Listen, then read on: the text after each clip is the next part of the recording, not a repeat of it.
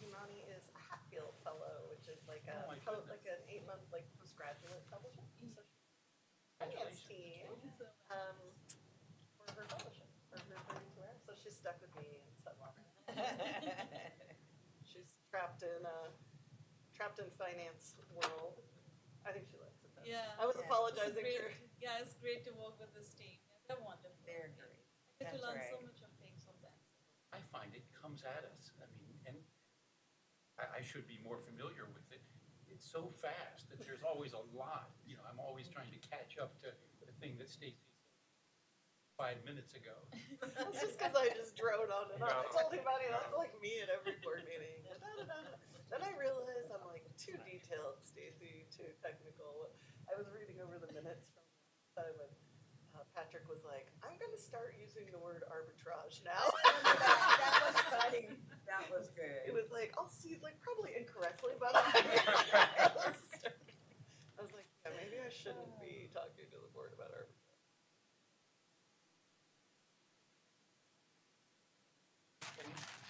Good idea. Next. Oh, no, you don't have to do that.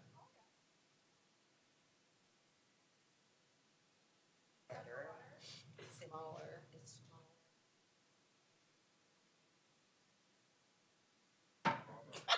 Always. That's not good. Nobody's going to kill you at the end. Though. Yeah, where Michael Corleone's on trial for all his crimes. You could have a whole like little dream landscape where you're like. It was a more formal setting.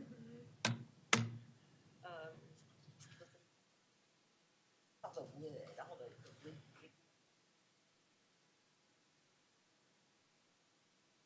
And I know, did they save all that?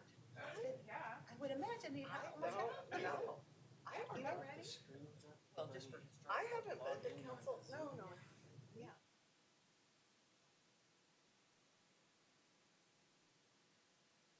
Oh, okay. I lost track.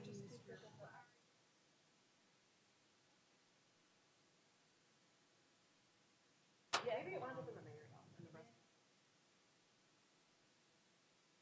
I'll be here, but yeah, it was a more. That is a much more Okay, formal good, setting. good. So So at least we feels forum. walk-in. Can you Yeah, pop it on that TV here? Yeah, you're right. It's just like courtroom feel. I have to sign into that TV. I'm surprised that But when I worked in the budget office, It was, yeah. that my boss, she's like, Stacey. Like my grandmother, she told me, because, and then she showed me in the video of city council, like, I'm sitting because I'm not presenting anymore. Yeah. And I'm just like, this. She's like, you can't sit like that in a skirt, Stacey. I was like, oh, oops. You say so. Well, Amazing, stay that much. Amazing. You're amazed how many people stay awake. Well, trying to listen to like on the towel. How many hours is that towel? 5 hours? I don't know. This is horrible. I'm on Brian's newsletter, Uh-huh. and he is just and everybody else. So my midterm to make.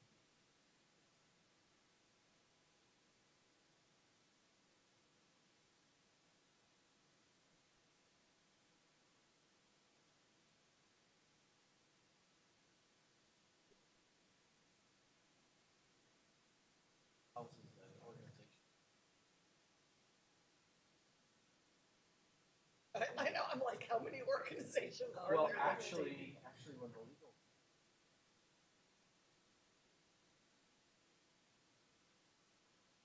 Maybe mental institutions Something or like hospitals. Something like some- that, yeah. Yeah, Something that's has to be they're looking at it, and, you know, Ryan, all this does is poke the bear, why are you drinking? Because that's what they want to do all the time.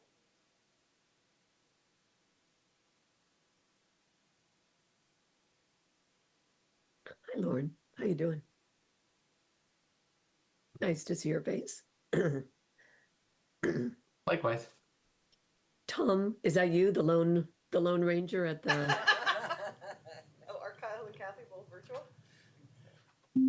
Yes.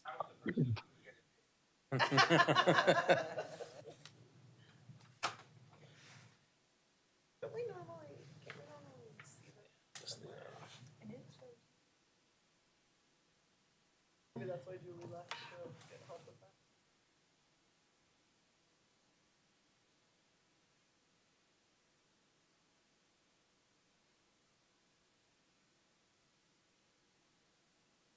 Sometimes I think like we never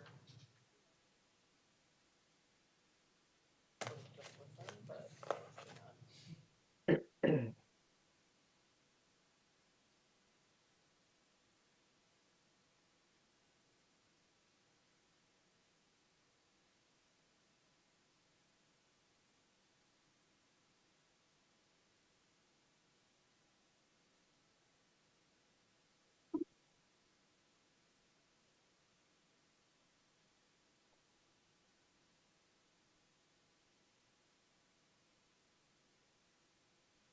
Sam, are we waiting for others to join?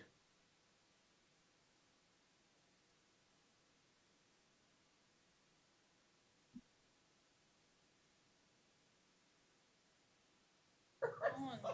The police had to come. Ow! Crazy.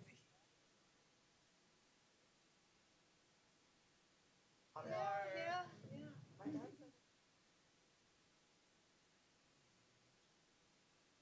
Yeah, you're a co-host. Usually there's something to log in here, and I don't duking it out. see it, so I'm. Oh my. Over a while. He was like, what are you guys arguing about? And they just, he said they weren't gonna hurt each other because they were just like rolling around in the area. What am I working in?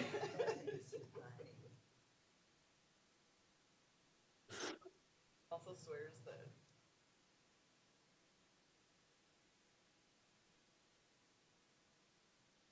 riding a horse through the track. Oh my gosh. It really does. Oh my. Although even when I was little, people for a while, like, not most people, but some people. Yeah. And then they made it illegal. Happening when I was a kid, like That is so funny.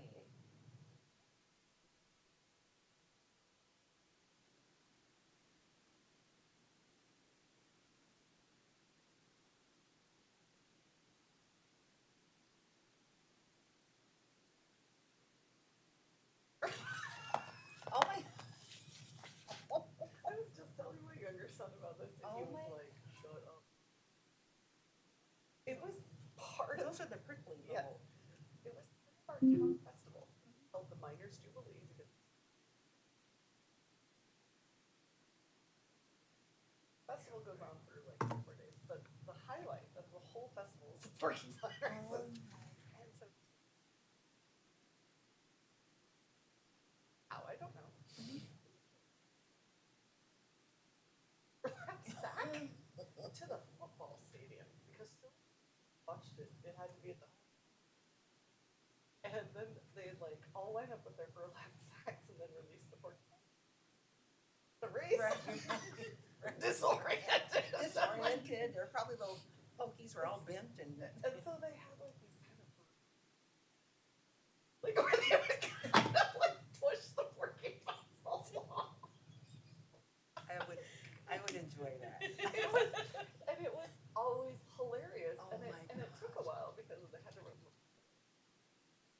and their porcupines are not very fast. And they don't know what's going on. They're disoriented. And the whole town loved it. Lauren, And there was like, Can you hear my audio okay? Yes. Okay, good. Oh Um, Sam, on it. I mean, it was ridiculous. do you think they can hear it? Someone realizes. Hey, Sam, can you hear us? I can hear you, And Kathleen. it got banned. Oh man. I don't think you can hear us. I don't think so. I'm wondering if there's a problem there for us to get started. About it, and she was like, "You're Huh. We can hear them. joking, Yeah, right now, right? exactly. You're making that up." I'm like, "No," and I'm like, "She's like, that is the weirdest thing I've ever heard." I was like, Casey, Sam, anybody?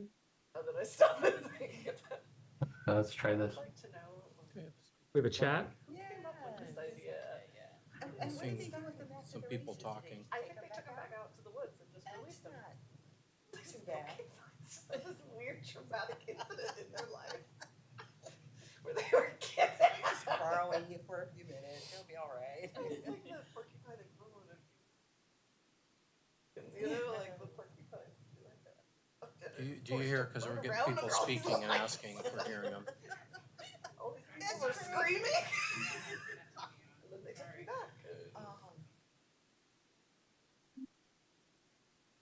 That's good. More technical. That's the weirdest thing.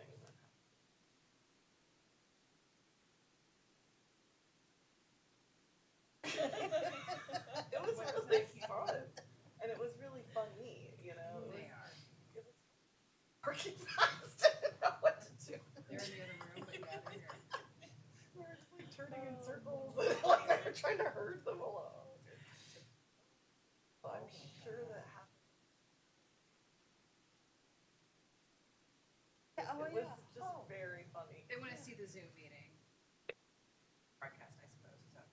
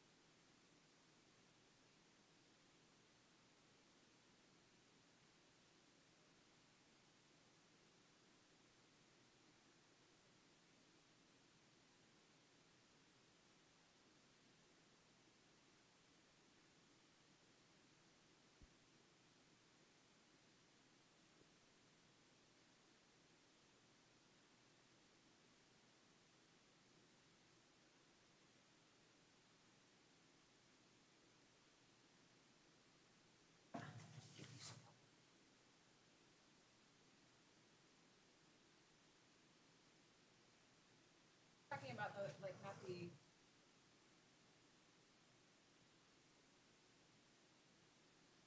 That before to toggle back and forth.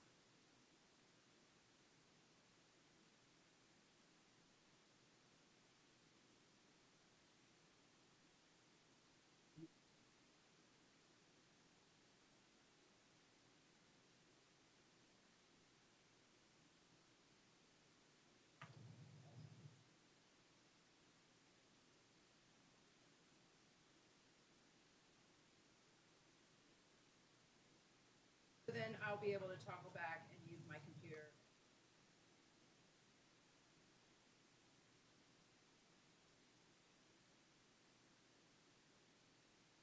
I just signed in and I will.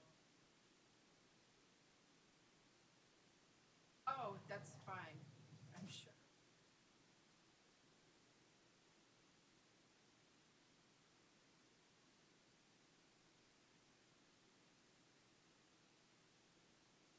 Oh, no worries. Thank you. Bye.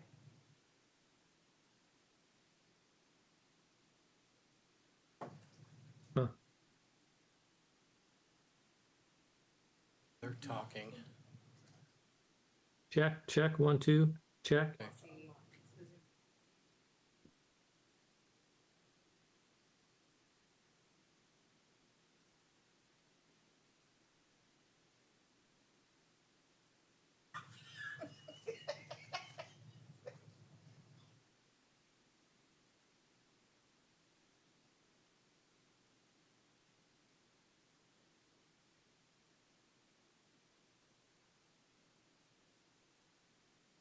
This mouse won't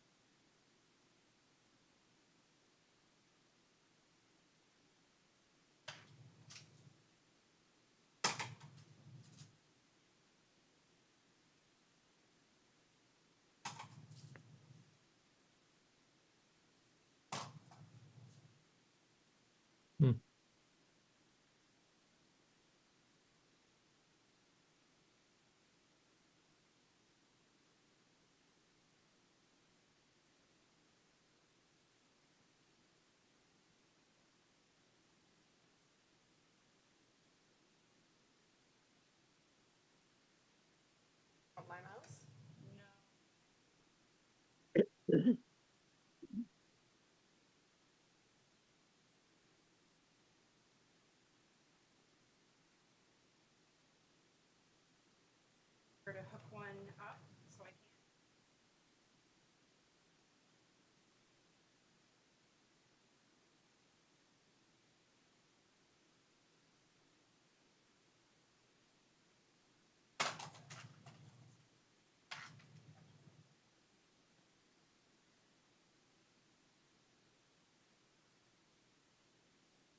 I tried that and it blacked out my screen. Thank you. Okay.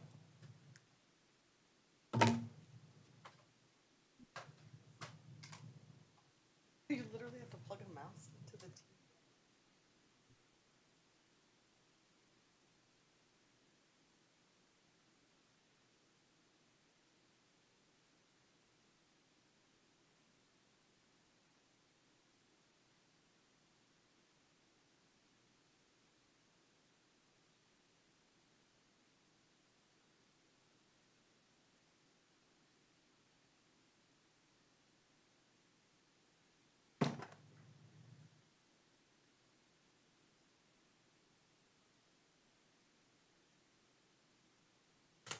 Blocking you.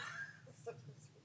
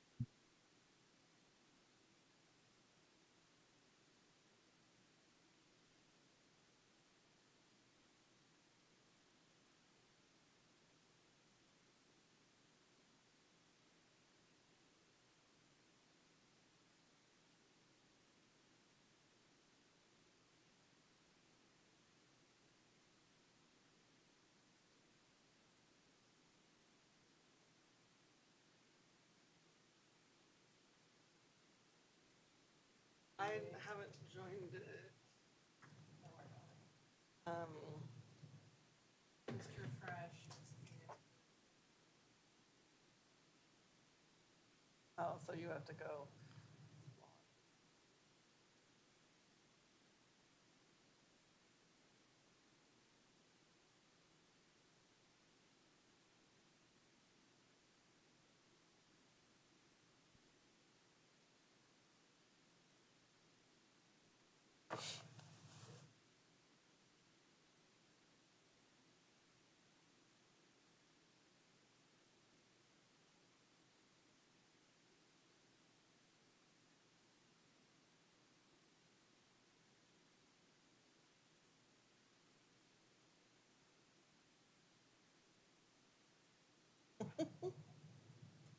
So the camera is from behind, is that how it's supposed to be?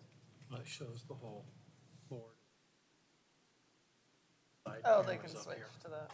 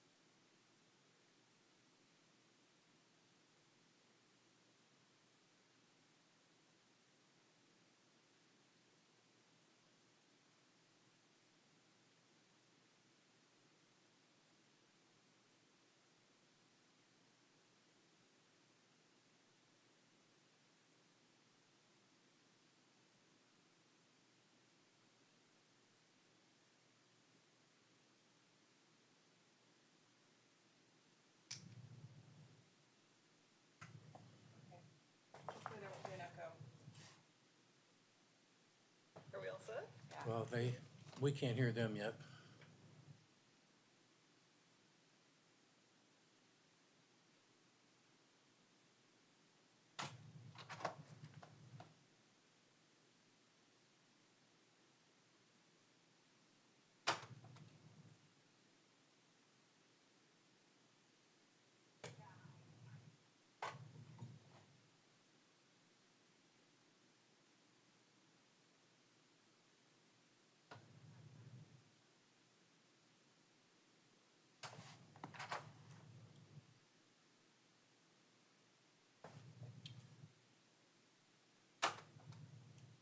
Talking to each other.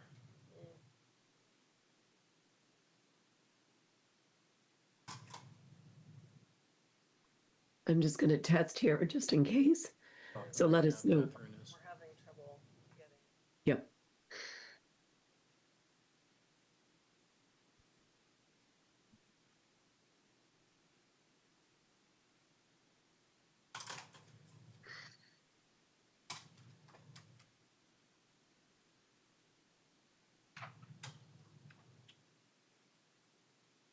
Does the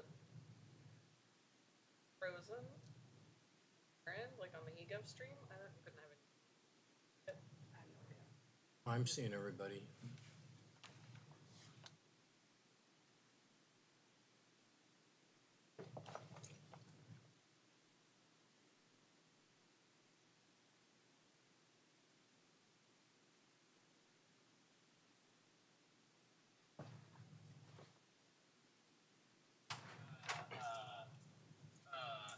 Broadcast feed.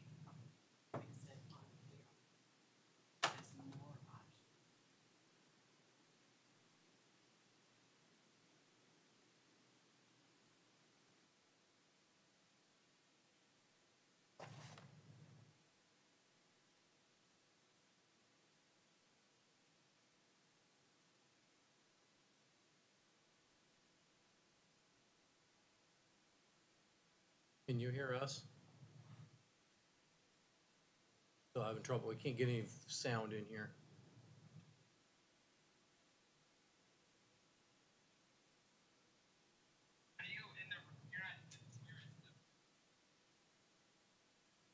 Lauren, can you still hear me? Okay. I'll let him know it's still the same situation. Ready to roll? Rock and roll.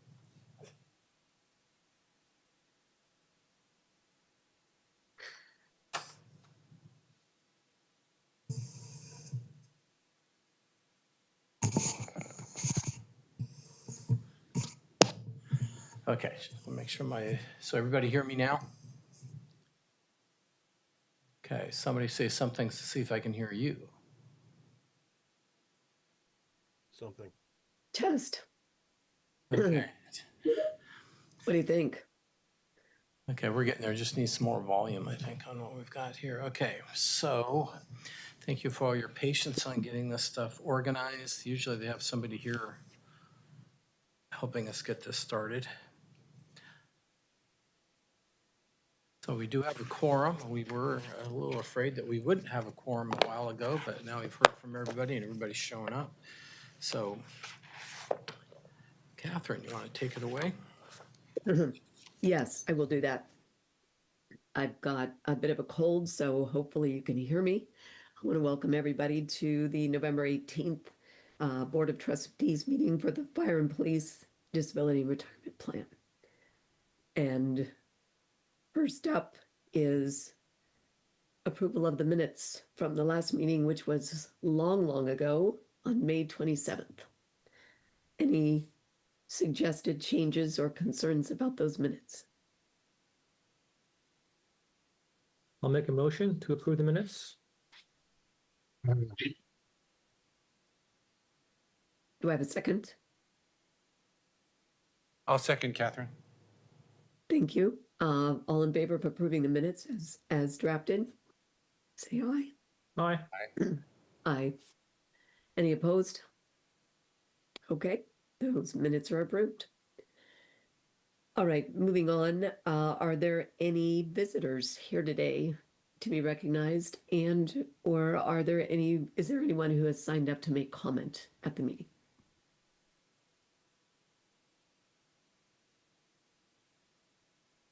Julie, is there anybody that's been signed up for comments? Can you hear Julie? I cannot. Nobody has signed up for public comment and we have no visitors. Okay, thanks very much. All right, then, let's go to the action items. There's just one for today, and that's a proposal to adopt amendments to the 2025-26 budget. I'm assuming Actually, that's- Catherine, this is my bad. We're going to start with information item 1 today, the auditor's annual report. Okay, that's fine. We'll skip ahead to that then. Thanks. Is this on? Yes, it is. Thank you, Trustee McLeod, for queuing us up and leading the meeting today. For the record, I'm Stacy Jones, Deputy Director and Finance and Pension Manager. And so are they on the call, Julie? I can't see. If you could just, they are. Okay, great. So the same team as last year is here to present the results of our annual financial audit to you. Same people, but different company name. The audit firm formerly known as Moss Adams is now called Baker Tilly as the result of a merger last year. But for us, it really is just a change in name only. We still have Keith Simovic here with us. He remains the lead partner in charge of all of the audits here at the City of Portland with Baker Tilly. And then Elise Horsley remains the senior manager in charge of the FPDR audit.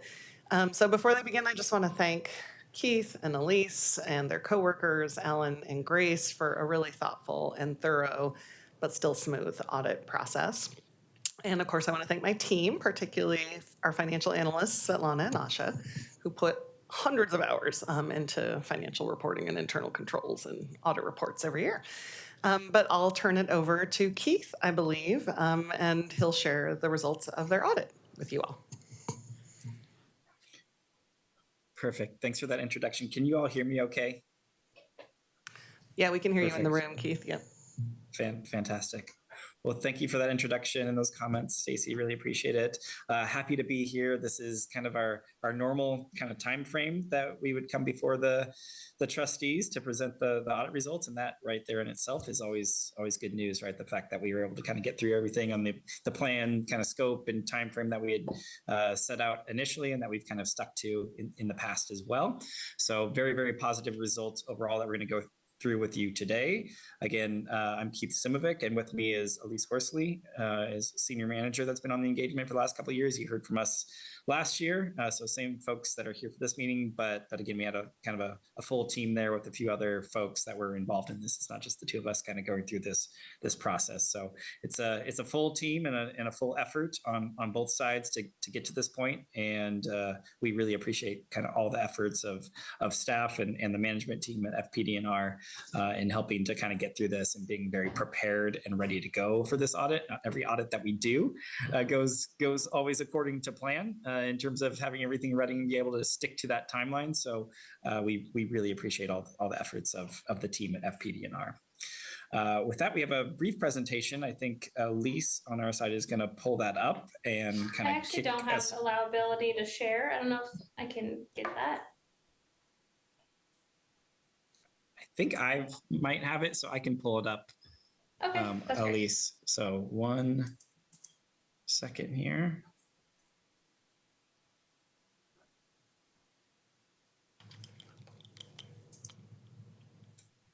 At least you should have capability now. Okay. Do you ready to go for it, Keith? Almost there. Just 1 second. Oops. There we go. Okay, this should be popping up. Thanks. Can everyone see this now? Perfect. All right. And before Elise dives into, just want to echo Stacy's comments about our merger that happened this past year. That was about the June timeframe, and we were able to kind of shift over our contract with the city and all the audits that we do over to Baker Tilly from Moss Adams.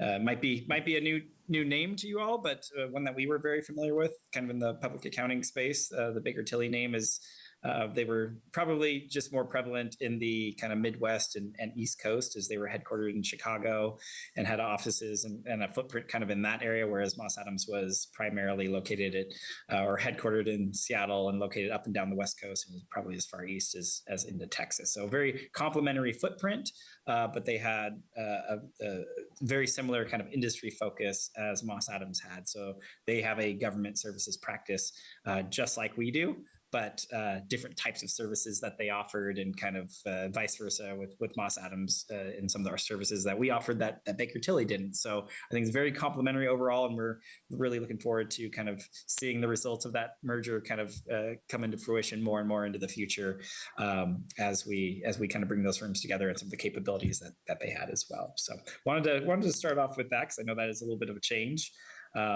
But still similar, same team basically as what you had before. And with that, Elise, I will turn it over to you for the next few slides. Sounds good, thanks. First thing we'll start with is our agenda.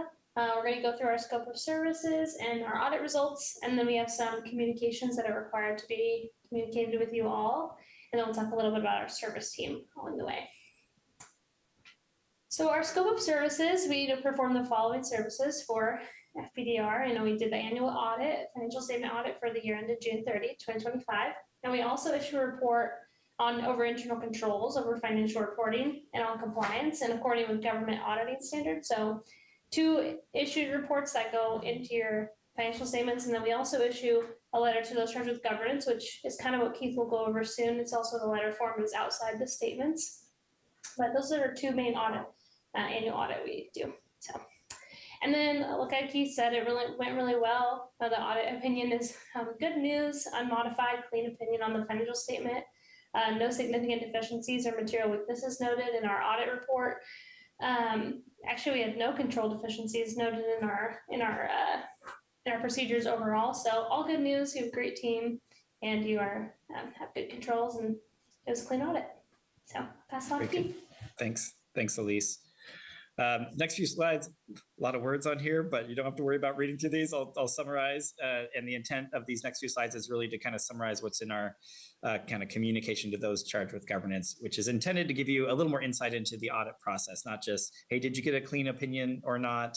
Obviously, that's very, very important to the trustees and any third party that uses these financial statements, of course, to the city, as well as the results of this audit gets incorporated into the city's financial report as well. So they definitely kind of use this and depend on this.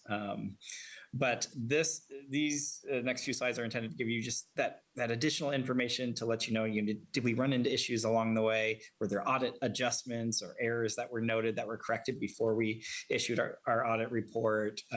Did we have any recommendations that came up in the process? So those are the types of things that we want to share here today, but that are not included in the actual audit reports that get attached to your financial statements. So this information is really intended for you and for management. First, what you'll see in there is kind of some discussion of just a re-emphasis of what is our responsibility in this process and role overall to really perform our procedures in accordance with our professional standards and be able to gather enough substantive evidence where we can give an opinion to say, hey, we've done all this testing, we've gathered all of this evidence to help support that what is recorded, what is reflected in your financial statements is a fair and accurate representation of FPDR's financial position and results of operations for the year, right? And so we want to make sure if we're looking at evidence for a specific transaction, does it support that what was recorded in the system was recorded at the right amount, in the right period, was classified in the appropriate account? Those are the types of things that we're looking for in our testing, and that at the end of the day, we're looking for that evidence to kind of help support that our opinion kind of holds up and says, yep, this is a fair and accurate representation of FPDR's finances. So that is the goal at the end of the day. We also, of course, have to look at and evaluate internal controls. our opinion is not over internal controls. That's not something that's done outside of kind of, I'd say, the public company realm in audits, where they actually give an opinion on the kind of the fairness and accuracy of your internal control structure, but is something that we have to evaluate, and it helps us with our risk assessment. So we want to understand what are the processes, procedures, checks and balances that are in place, the reviews, approvals, all that stuff. We want to take a look at that and sample that and test that each and every year for different transactions, so that we know and have a good sense of what is the level of risk that we're dealing with in terms of the ability of the management team and the finance team to put together an accurate set of financial statements. So if we're finding that there's a lack of those internal controls, reviews, and approvals, or maybe there's processes and policies that are written but they're not followed, so that control is not operating effectively, those are the types of things that we're looking for, and we kind of do that testing initially, and that helps us determine how much testing we need to do, how much evidence we need to gather once we're looking at just kind of the underlying transactions and evaluating how those were recorded after we're done looking at internal controls. So that's another key piece of what we're doing, and that can kind of drive recommendations and other things that come out of the audit process.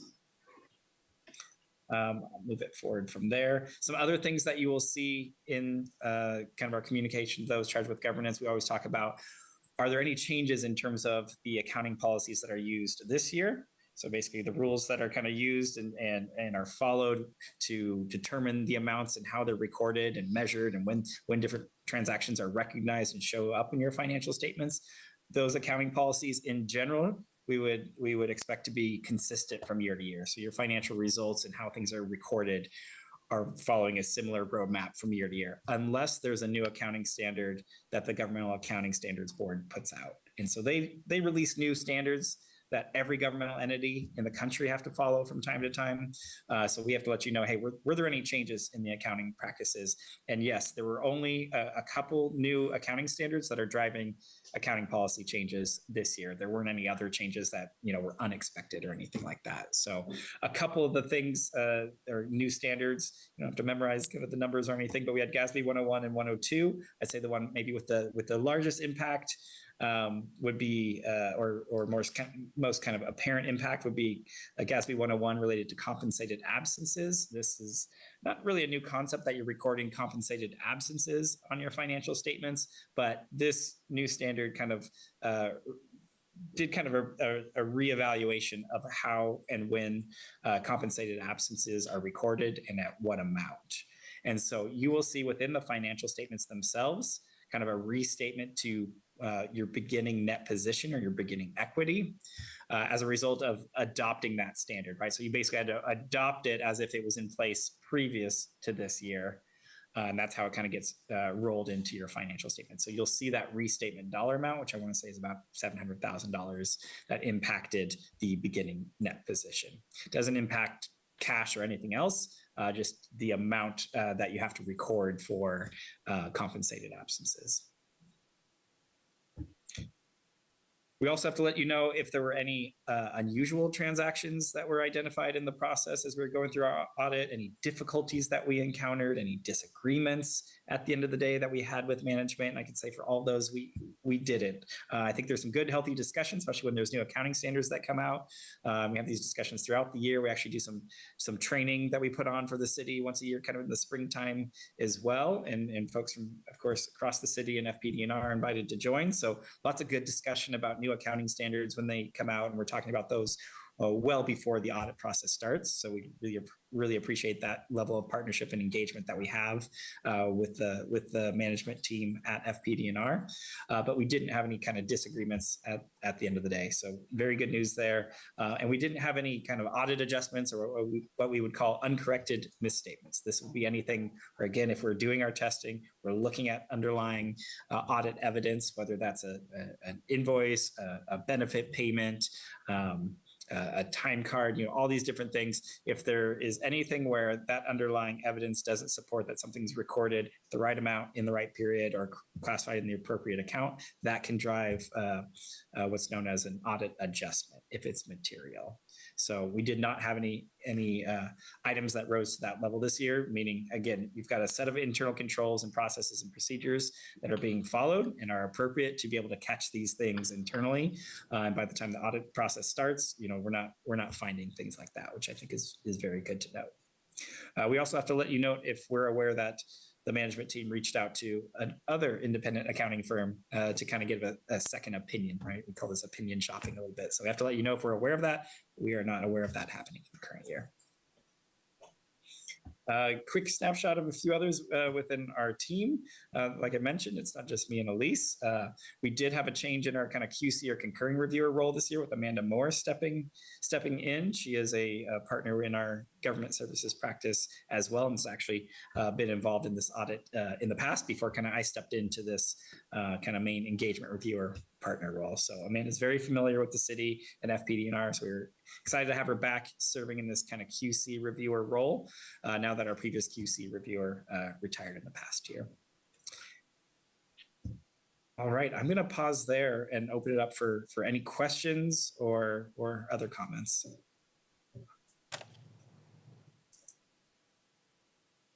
I have just an audit process question. For last year's audit, I got a call, I think, from Keith and had a nice conversation about anything I knew, which it was a brief conversation because I knew so little. But I wonder if there was a similar process this year, if the team consulted some of the board members in connection with their audit.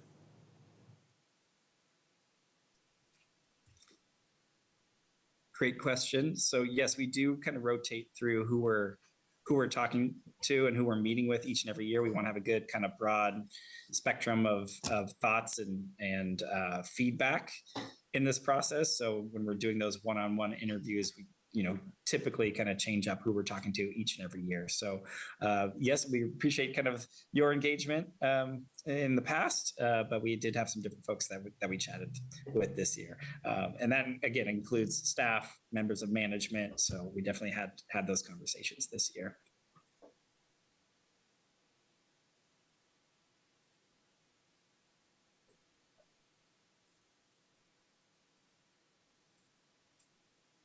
Okay. Any other questions?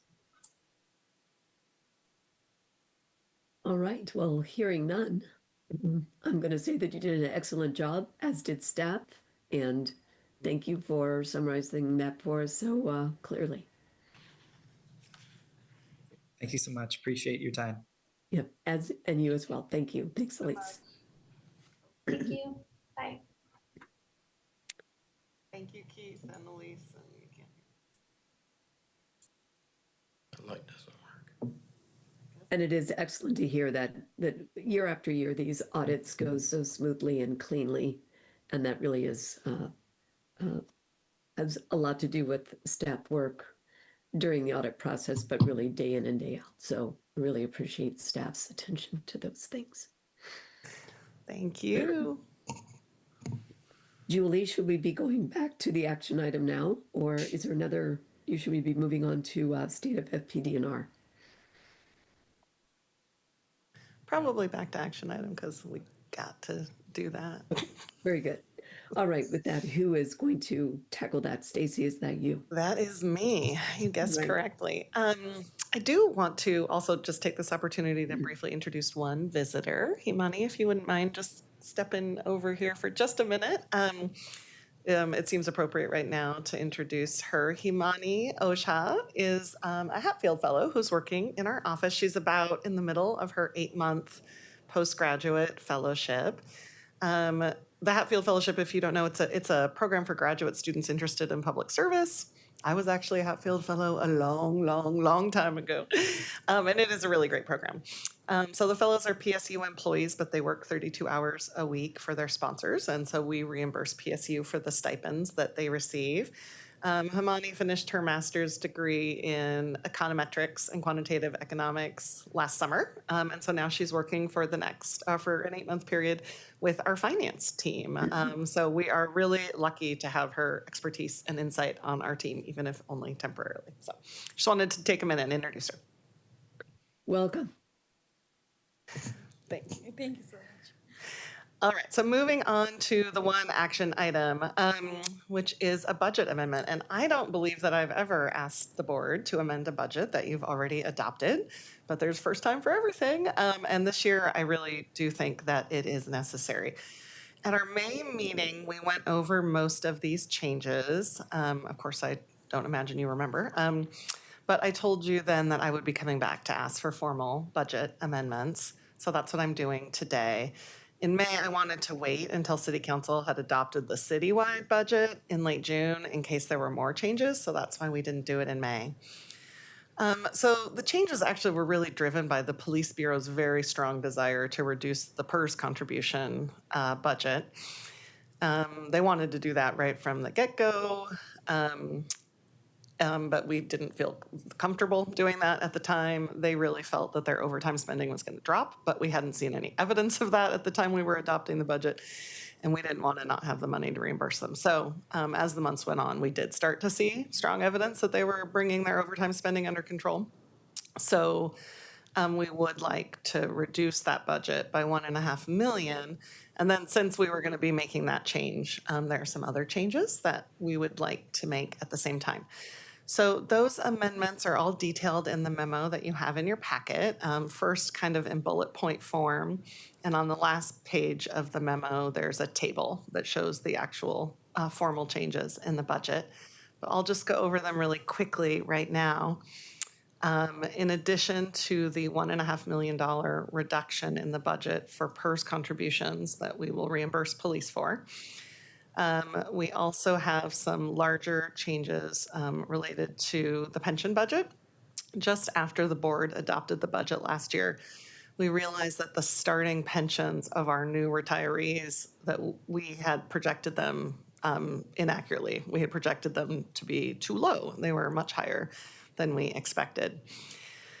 So that really only affected those recent retirees. And we might be okay with our current pension budget, which is $163.2 million, but we'd be a lot more comfortable increasing it by about $5 million to reflect those higher starting pensions that we're seeing. And then there are some other changes that I think are less significant, than the increase in the pension budget and the reduction in the PERS contribution budget. But we'd like to increase beginning fund balance by $4 million just to reflect some extra property taxes we got last year when some URAs, urban renewal areas, reached their maximum indebtedness.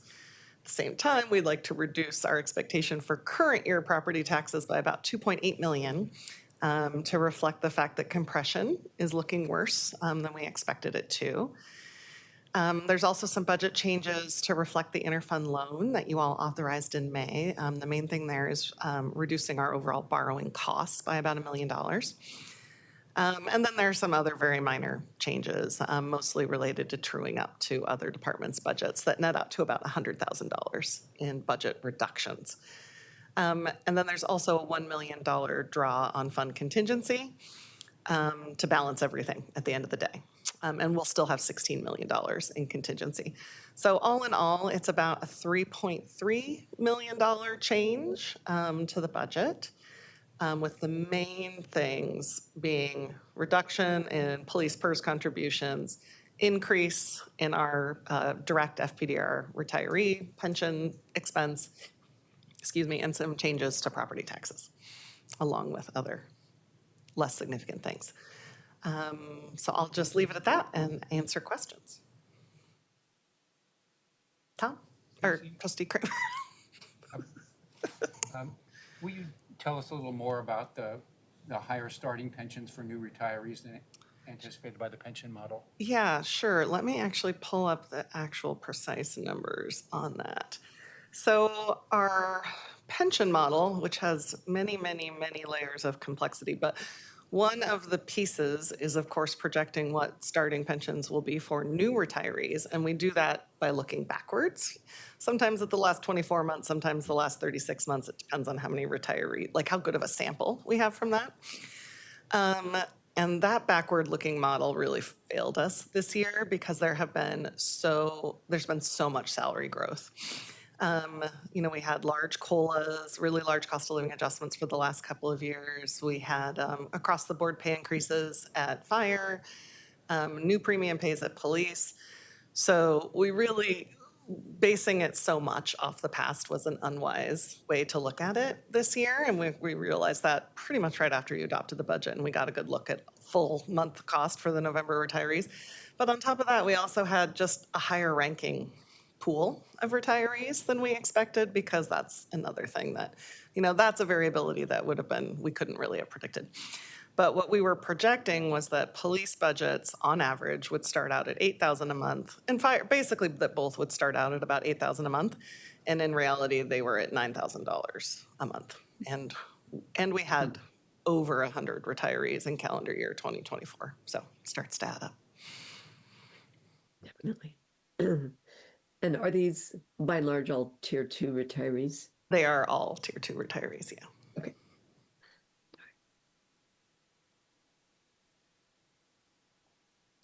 So we will be refining that approach this year. We can talk about that for next year's budget in January. And the reduction in contingency, you're comfortable with given where we are in the current year? Yes, And, yeah. And what you're forecasting through next June? Yes, yes, I'm really confident that we're not going to need that 16 million, even, the 16 million that we have there. But 16 million is more than enough to assess anything that might happen. We don't have a 27 pay date retirement month until May this year, so that makes our pension budget a lot more predictable from this point forward. And the PERS contributions are volatile, but both bureaus have been doing a pretty good job at reining in overtime because of council needing them and directing them to do that. So I'm not very worried about the PERS contribution budget going crazy. So the big unknown remains property taxes, which are just now starting to roll in. And compression is worse because RMV has declined so much, and for many reasons. But I think 16 million is more than enough to deal with any property tax problems we might see. Okay, and on pension contributions for tier 3 folks, are hiring practices for police or fire aggressive enough at this point that you contemplate any big increases there for new employees, or is that all still feel manageable within this revised budget?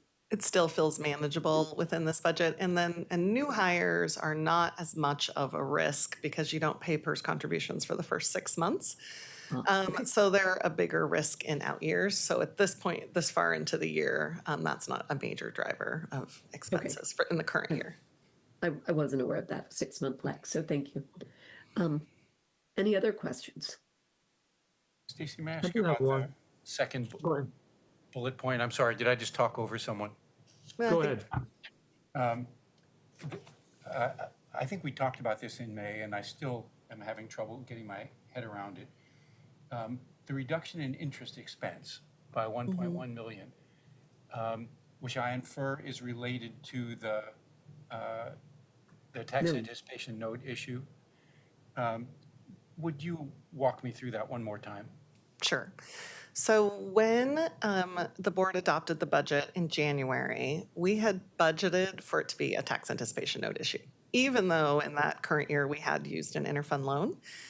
But at that point, I was like, 50-50. I don't know which direction we're going to go. And so the budget you adopted was a budget for a tax anticipation note issue, and also budgeted at a much higher interest rate than we wound up paying when we actually went with the interfund loan. So there's two things going on there. One was, I was guessing about which approach, and we went the other direction, and also interest rates, which remember me talking about how just insane, we had both like the highest month and the lowest month in the bond muni market last year. So it was a very volatile interest rate projection. So that's why we were able to take a bunch of those. And a little tiny sliver of that is debt issuance costs, but that's only like $50,000. Most of that's interest. Does that answer the question? Okay, great. Trustee McClowery. Yeah, thanks. So I just want to drill down a little bit on well, you said that this was largely driven by the police overtime, and they're trying to reduce their overtime budget and the PERS contribution. And you can just correct me if I'm wrong. So that's going to be both a combination of the defined benefit employer rate and that the IAP contribution from FPDR? Yes, And yeah. okay. So that is to, you said that the $1.5 million will then be reimbursed to police? Is that what you said? So the way it works is that police and fire directly pay PERS, or rather the city directly pays PERS, but it comes out of the police and fire, comes out of the general fund every 2 weeks when payroll is run to send those PERS contributions out. And then we turn around and reimburse them for that expense. Basically, they bill us through SAP. So that's how that works. So the budget, the spending is what the spending is. It's just we're going to pay whatever it is. But the budget is always a bit of a negotiation between us and the police and fire bureaus. It sounds kind of odd that they would care what the budget was because, why not have a higher budget and make sure we've got plenty of room? But they really prefer not to do that because it confuses the issue, like lots of issues for them. It looks like they have a bunch of revenue coming into their budget that may or may not materialize, and they struggle to explain that to council and everybody. And so they really do want that budget to be as accurate as they can make it without running the risk that we don't have enough budget authority to pay it. So that's why police was really pressuring us to drop that budget last year. And we were not willing to do that until we could see that they were actually going to spend less. But I can kind of tell I'm not actually getting to your concern. Right, I'm just not understanding exactly. So they would, as I understand it, the police and fire, they bill FPDR quarterly or so for the PERS contributions. And if it's a lower amount, then there wouldn't just be less of a bill going to FPDR instead of a reimbursement back to the police. Yeah, it will. That's exactly right. It'll just be a lower bill. So this is just the budget for the bills.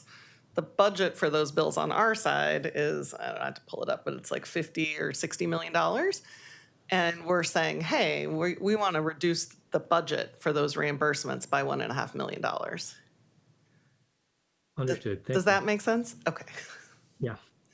And we have just recently, we are experimenting with switching to doing those reimbursements on a monthly basis. So we can get that money back to the general fund more quickly. And that's been going well so far, but it depends really more on the other side than on us. We've always been able to process the bills really quickly. So they're experimenting with getting those bills to us more frequently.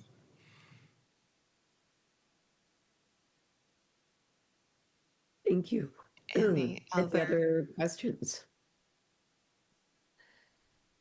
All right, well, may I have a motion about whether to accept the proposed increase to the budget or not?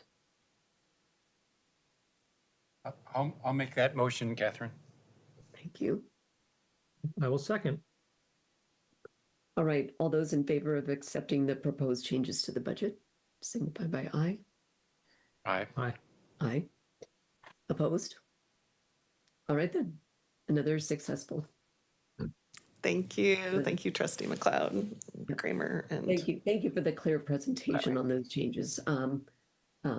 It is helpful to do it. I mean, it is difficult. There's a lot of moving parts from beginning of year to end.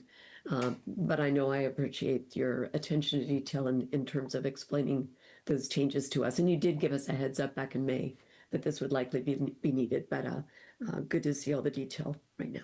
Great, thank you. All right, then moving on, let's go to information item number 2, the state of FPDR. Okay, I'll lead this off. The state of FPDR, you know that we provide this report to you every year, usually in September for the previous fiscal year, of explaining a lot of events that have happened in FPDR, a lot of important numbers and financial numbers that we think you want to see, that you really show how we are doing our work, what the type of claims we are, and what's happening in the retirements area. So I'm going to kick off with the first slide. There we go. So I'm going to say what happened last year. Remember, this is for July 2024 through June 2025, even though we're a few months in beyond that. So, okay, so on September 5th, on 2024, we approved having Patrick Hughes come as the new mayor designee for the FPDR board, and Catherine was reappointed from the designee back to a citizen trustee. This was a big event for us because we had been without a trustee, the fifth trustee, for a year and a half. We were trying multiple different ways and put out interviews for stuff, and we just weren't able to fill that fifth position until last September. And it's great to have Patrick on. He knows a lot about the city. He knows about risk management. So he at times can give us a slightly different view of what we're talking about and provide more information to the board. And as usual, having Catherine stay on the board is fantastic for us. The CPPW labor agreement was ratified. There's no real impact to FPDR operations. This was a risk for a while because we're a little concerned about how they were going to handle overtime and other factors on an FSLA exempt employees. Fortunately, we don't have overtime and they haven't really restricted how we can use those employees. We do have other union provisions that we do have to meet, but I think our biggest fear was laid to rest when they signed the final contract. Back to the next slide, not done yet. So we were monitoring the 2025 legislative session. Not much happened to it that would have impacted FPDR with that. Can you go back there one, Julie? That's good.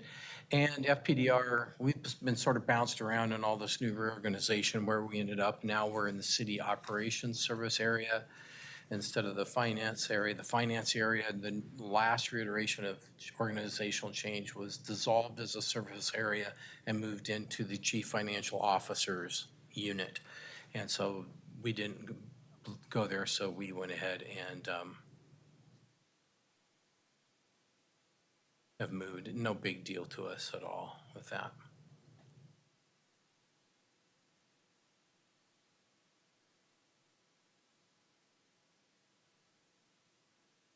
Okay, so the next slide.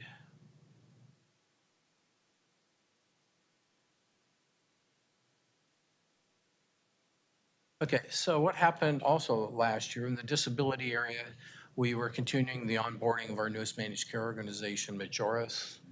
That was quite a bit of work for it. Majoris, they were new to this as much as we were, so it's been a lot of time spent on it. I want to thank the disability team for it. There'll be a few additional steps worked on this year. Pension and finance, updating the banking process with Wells Fargo. If you remember, Wells Fargo changed the rules on us on how they would issue our benefit checks. And we had to do some manual workarounds while we're working on a technical solution to that. We had a new budget process this year. So Stacy and her team put the budget together, but constantly had to redo how they stated the budget, how they presented it to people, because it was a constant moving target with the new budget process. So hopefully this next year will go a lot smoother. Technology, we began working on moving the FPDR database to an updated server. We had talked about this in the past. And then we're preparing for a move to a special server needed for the final Wells Fargo solution with it. We had hired a new business systems analyst at the end of 2024. Things did not work out, so we had to post for a new business systems analyst at the time, and we did hire that new person who's fantastic. I'll tell you, he's already been here, less than 3 months, and made a big impression on what we're doing there. So we have that going. Next slide.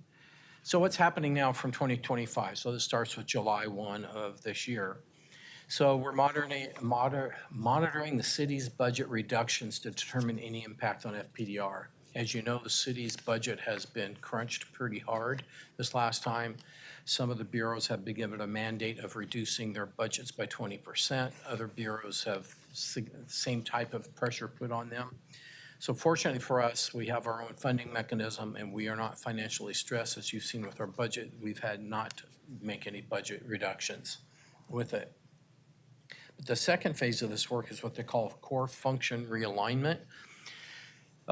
When you go back to the old way the city was done with commissioners, we had silos, which meant some bureaus had their own little mini HR department, their mini procurement department. Some people did their own BTS work.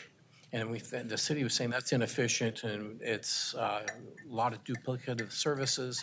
So now they're going through and looking at what they call these core service areas of human resources, technology services, and procurement, and trying to standardize them across the city and potentially creating larger city-wide units and taking people out of the bureaus and signing them to those larger units.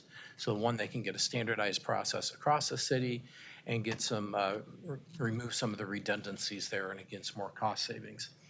How that's going to impact with FPDR, we're not certain. I'm not anticipating a huge impact, but we're going to continue to monitor that and we'll give you updates throughout the year when that happens. So we're working with the City Council to reappoint Catherine McLeod to another 3-year term starting January 1st of 2026 through December 31 of 2028. She's made the first hurdle, which was the Finance Committee, the Council's Finance Committee approved her reappointment and has sent it on to the City Council for the final approval. They've moved that date a couple times, and we're looking at December 3rd for that final approval. Again, exciting to have Catherine here. A lot of resources, just a lot of knowledge is with Catherine, a lot of help with us doing our jobs here. So thank you, Catherine. We do have another state legislative session coming up this spring. Basically, the theme for this legislative session is state budget reductions. So that's what they're going to be focusing on. Any type of bill that's presented that will increase state expenses will likely not make it out of committee, and there will be some tightening of the state's budget, which will have a roll-down impact to the city's budget with that. And so the city's goal for the state legislative session is to convince the state not to reduce all the budgets as much as they want to reduce them, so we can continue to get what we need. Okay. Let's see here. We're going to continue to work on our continuity of operations plan to bring that up to date.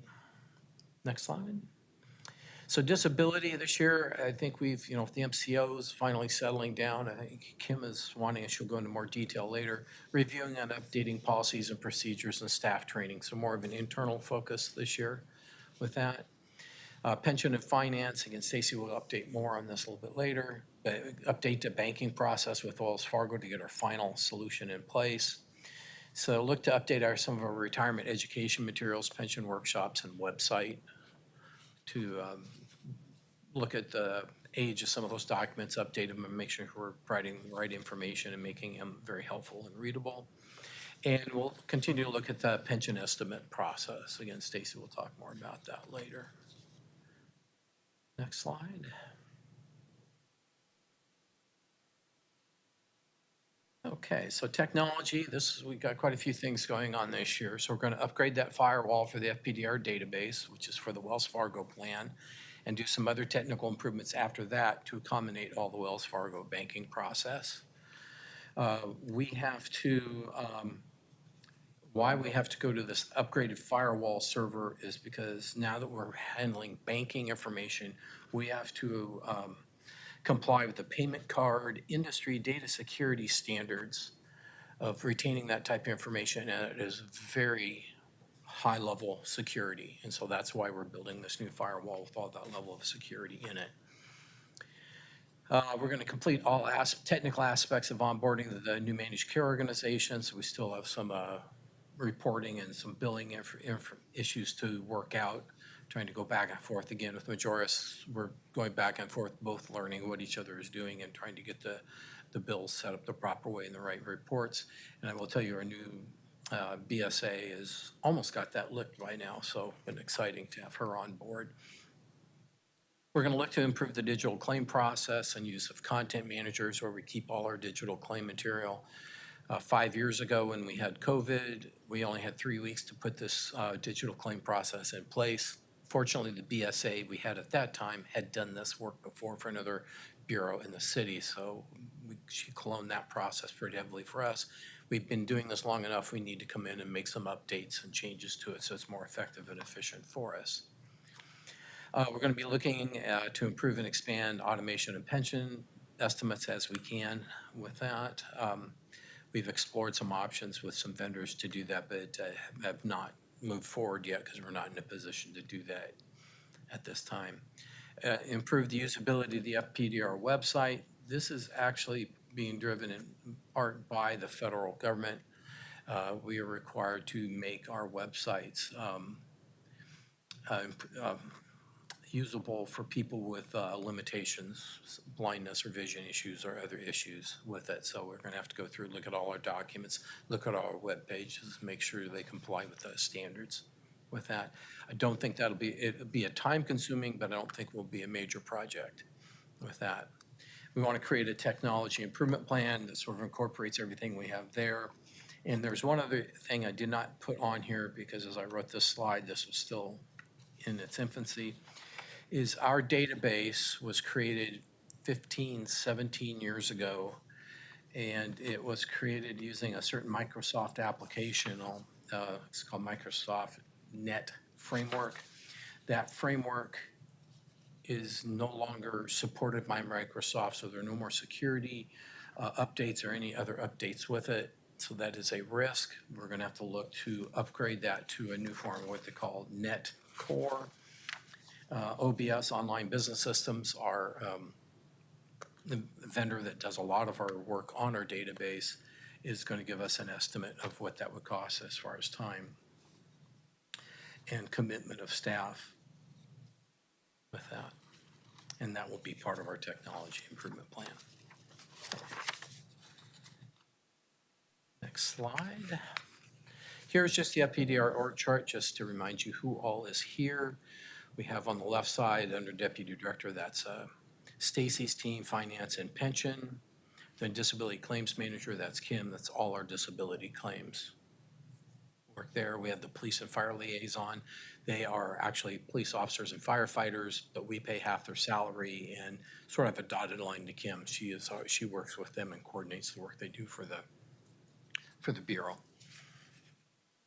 Next slide.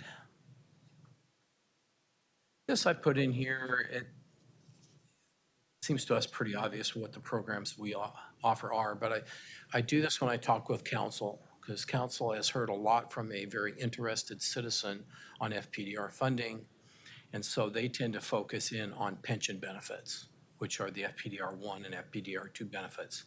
Have to continue to remind them that we do have other programs out there, the sworn PERS contributions for FPDR 3, and our disability and death benefits for all members 1, 2, and 3 with that. Fortunately, we have a couple former commissioners who are under the old former government that knew FPDR pretty well, and they come in and help us sell our message and know what they can do and not do. So that's why the programs are here, just to stress that we have those 3 programs, plus we have some administrative and support work in the Bureau.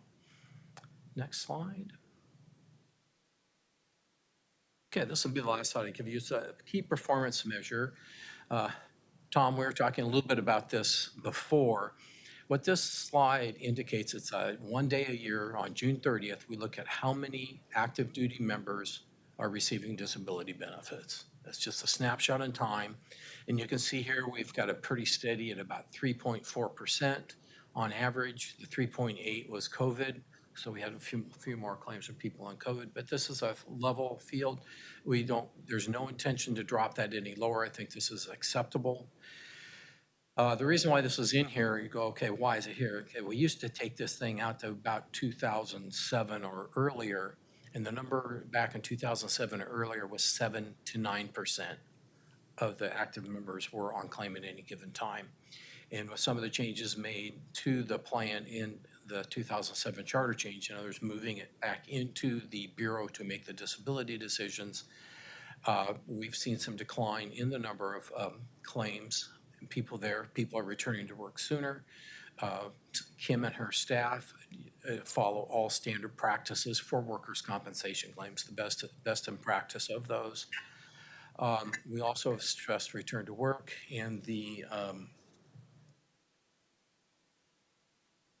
what am I trying to think of? Kim, I always miss that term. What was that? Transitional duty. There we go. Transitional duty plan to where if police and fire bring some of their disabled people back to not part-time, but to light duty work, we'll compensate them for 75% of the salary they're doing.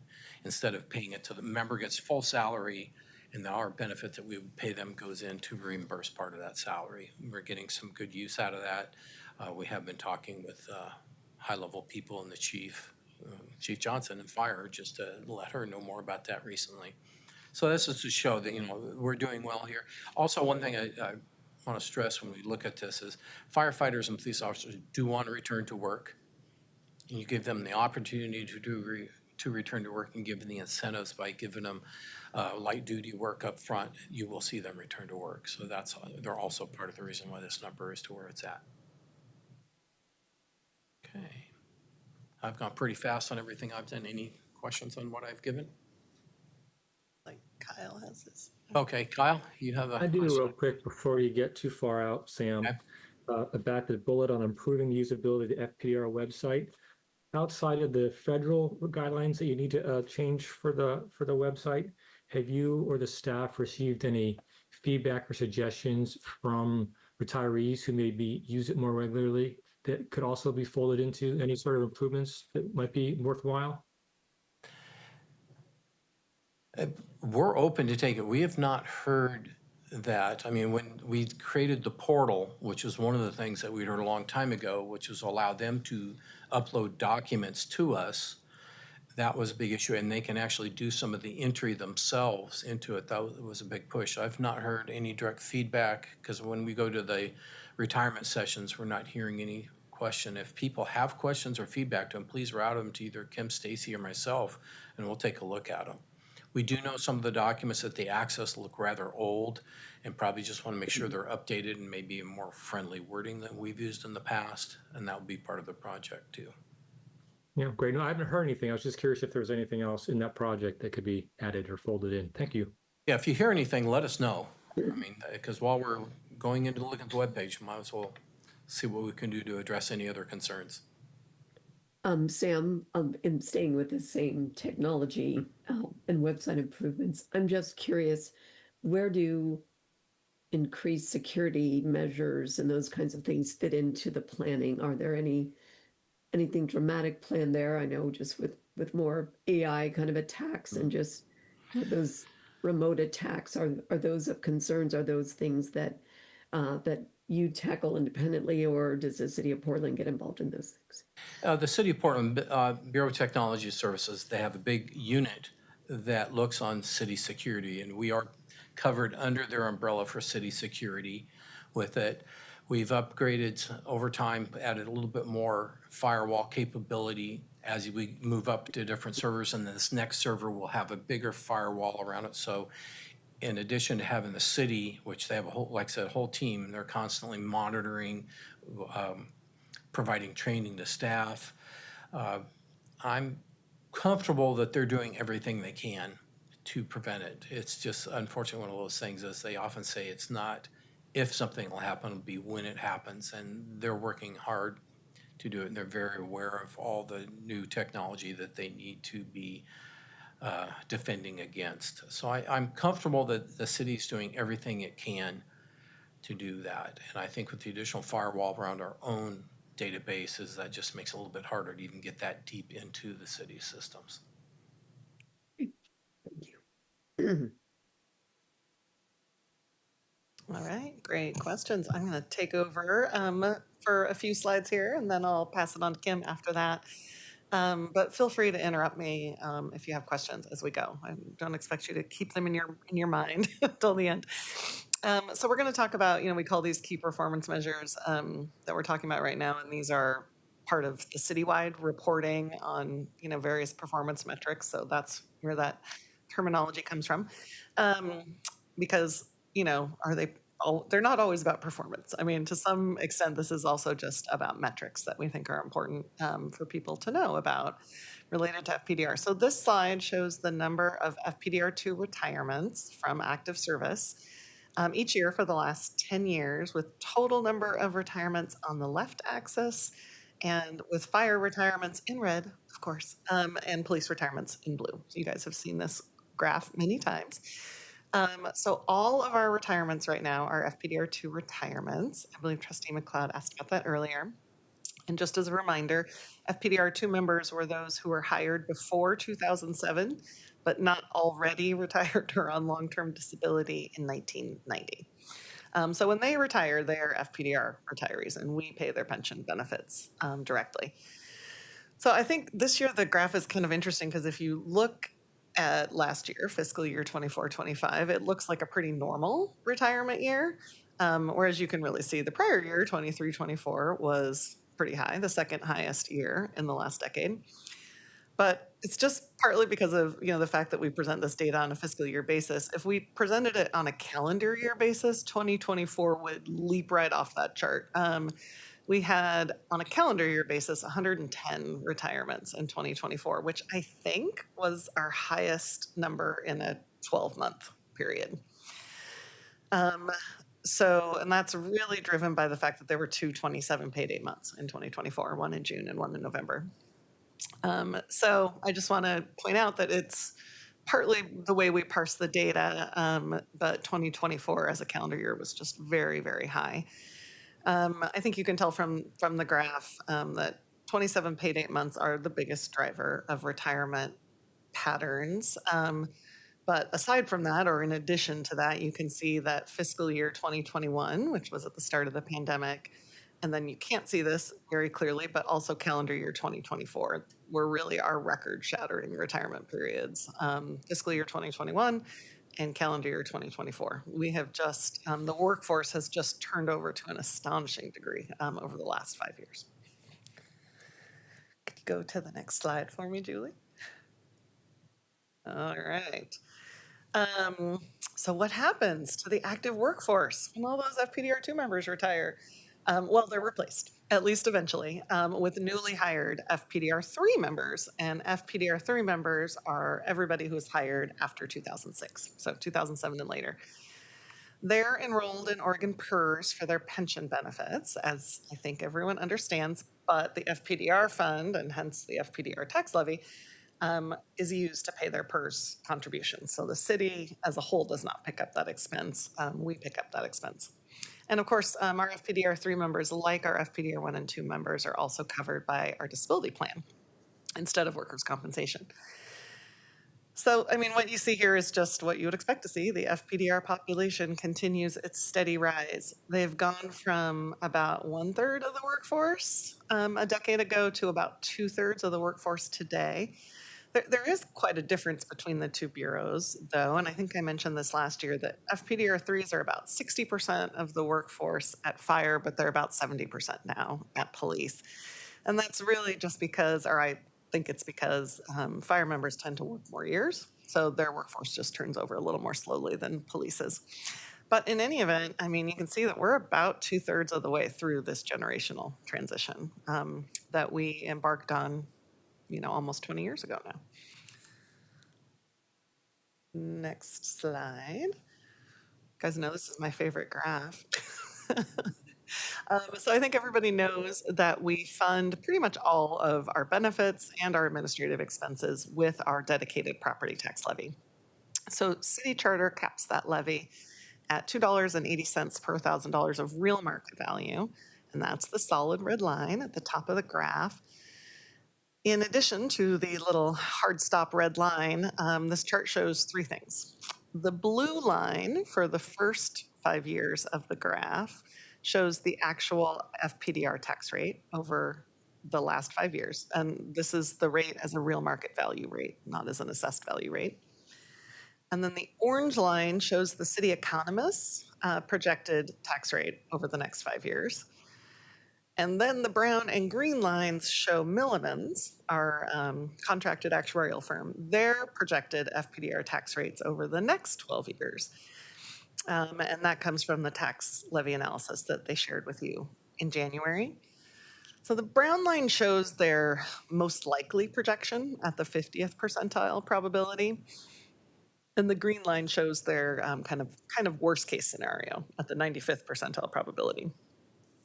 So the only thing I would really point out on this graph as compared to other years is that notice there's a fairly big jump last year with the 2024 levy.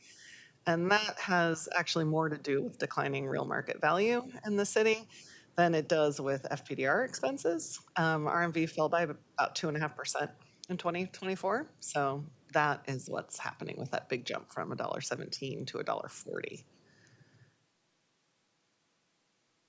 All right, moving on.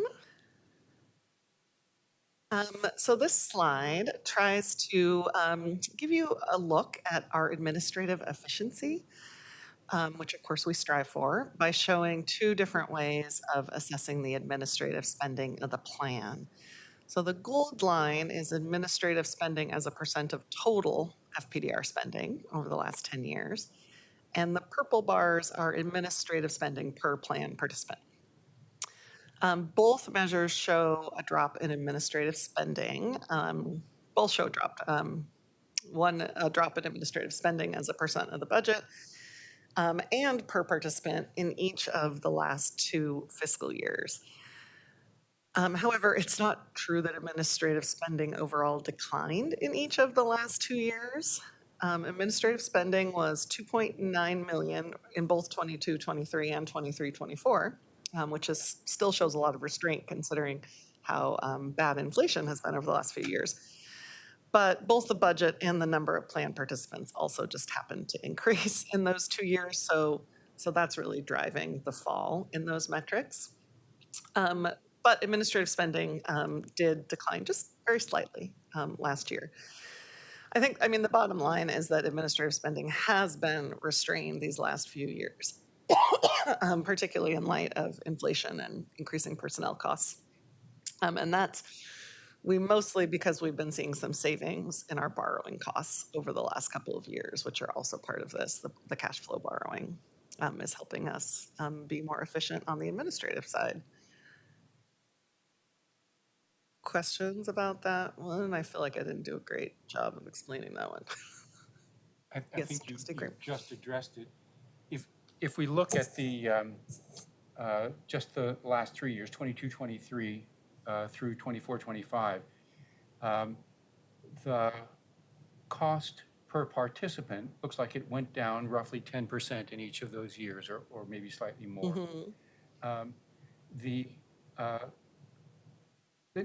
cost per percent of the budget went down by slightly more than 10%. The cost per participant went down by 3% or 4% roughly in that time. And I wondered why they weren't more closely correlated. And maybe the answer is what you just said, Stacy, is that the savings relate to other matters, the cost for borrowing. I mean, it's essentially just that the denominator in each of those metrics is a totally different thing. So the denominator is the budget for one, and so that is actually when everything is just going normally, let's say, and administrative spending is just increasing by inflation. That number is going to drop every year because we are spending so much more money every year. So our budget is so much bigger. So the denominator just gets bigger and bigger and bigger and bigger. So, let's say, we spent, $3 million in administrative spending, and our budget last year was $280 million. And now next year our budget's $310 million. And then it's our budget is growing exponentially as we get through these 2 generations, which means that normally, under normal conditions, we should see that gold line dropping every year, which is part of the reason that I created the purple bar measure, because our budget is not stable. It's growing so much. You just can't tell a lot about administrative spending from that gold line. But the participant pool, again, all things being equal, should be staying about the same. Like the size of our participant population should be about the same because we include all active members, all retired members. But actually the participant pool has grown over the last couple of years. We are just having a lot more retirees than we are deaths in the last few years. So that's the reason that they've both dropped. But it's just that the budget has grown more than the participant pool. So the denominator in both metrics has grown, but the budget has grown more than the number of plan participants. I guess it's a really long way of saying that. It might help to show you the actual data after the meeting. Would that be helpful? Might was a good choice of words. But yes, I think worth a try. Okay, okay. And we can do that at the end if other trustees have interest. We can just pull up the actual data and you can see it. It might help. Any other questions, though, about this slide before I move on? No. Okay. All right. So now I'm going to move into a set of slides to talk specifically about the pension program, and then I'll turn it over to Kim to talk about the disability program. I love to talk about the pension program. I guess because most of the time I'm up here talking to you guys about finances, but the pension program, I think it just really represents the lifelong commitment that the city has made to our sworn workforce. And I just want to also remind everyone that the pension program isn't just about retirees. We also serve about 450 surviving spouses and some ex-spouses and one child, unfortunately. So this chart shows the number of people who received a pension benefit at any point in the fiscal year. The total number of beneficiaries is in bold at the top of the bars. And then we have the percent of FPDR1 beneficiaries versus FPDR2 beneficiaries in the bar chart. FPDR2 is in beige and FPDR1 is in purple. And the story that this chart tells really has not changed over the last several years when we've been showing it to you. I mean, what is interesting to me is that first, the pension population continues to grow as new FPDR2 retirees outnumber deaths. So that's why we're seeing our participant pool grow. The active workforce has stayed much closer to the same number.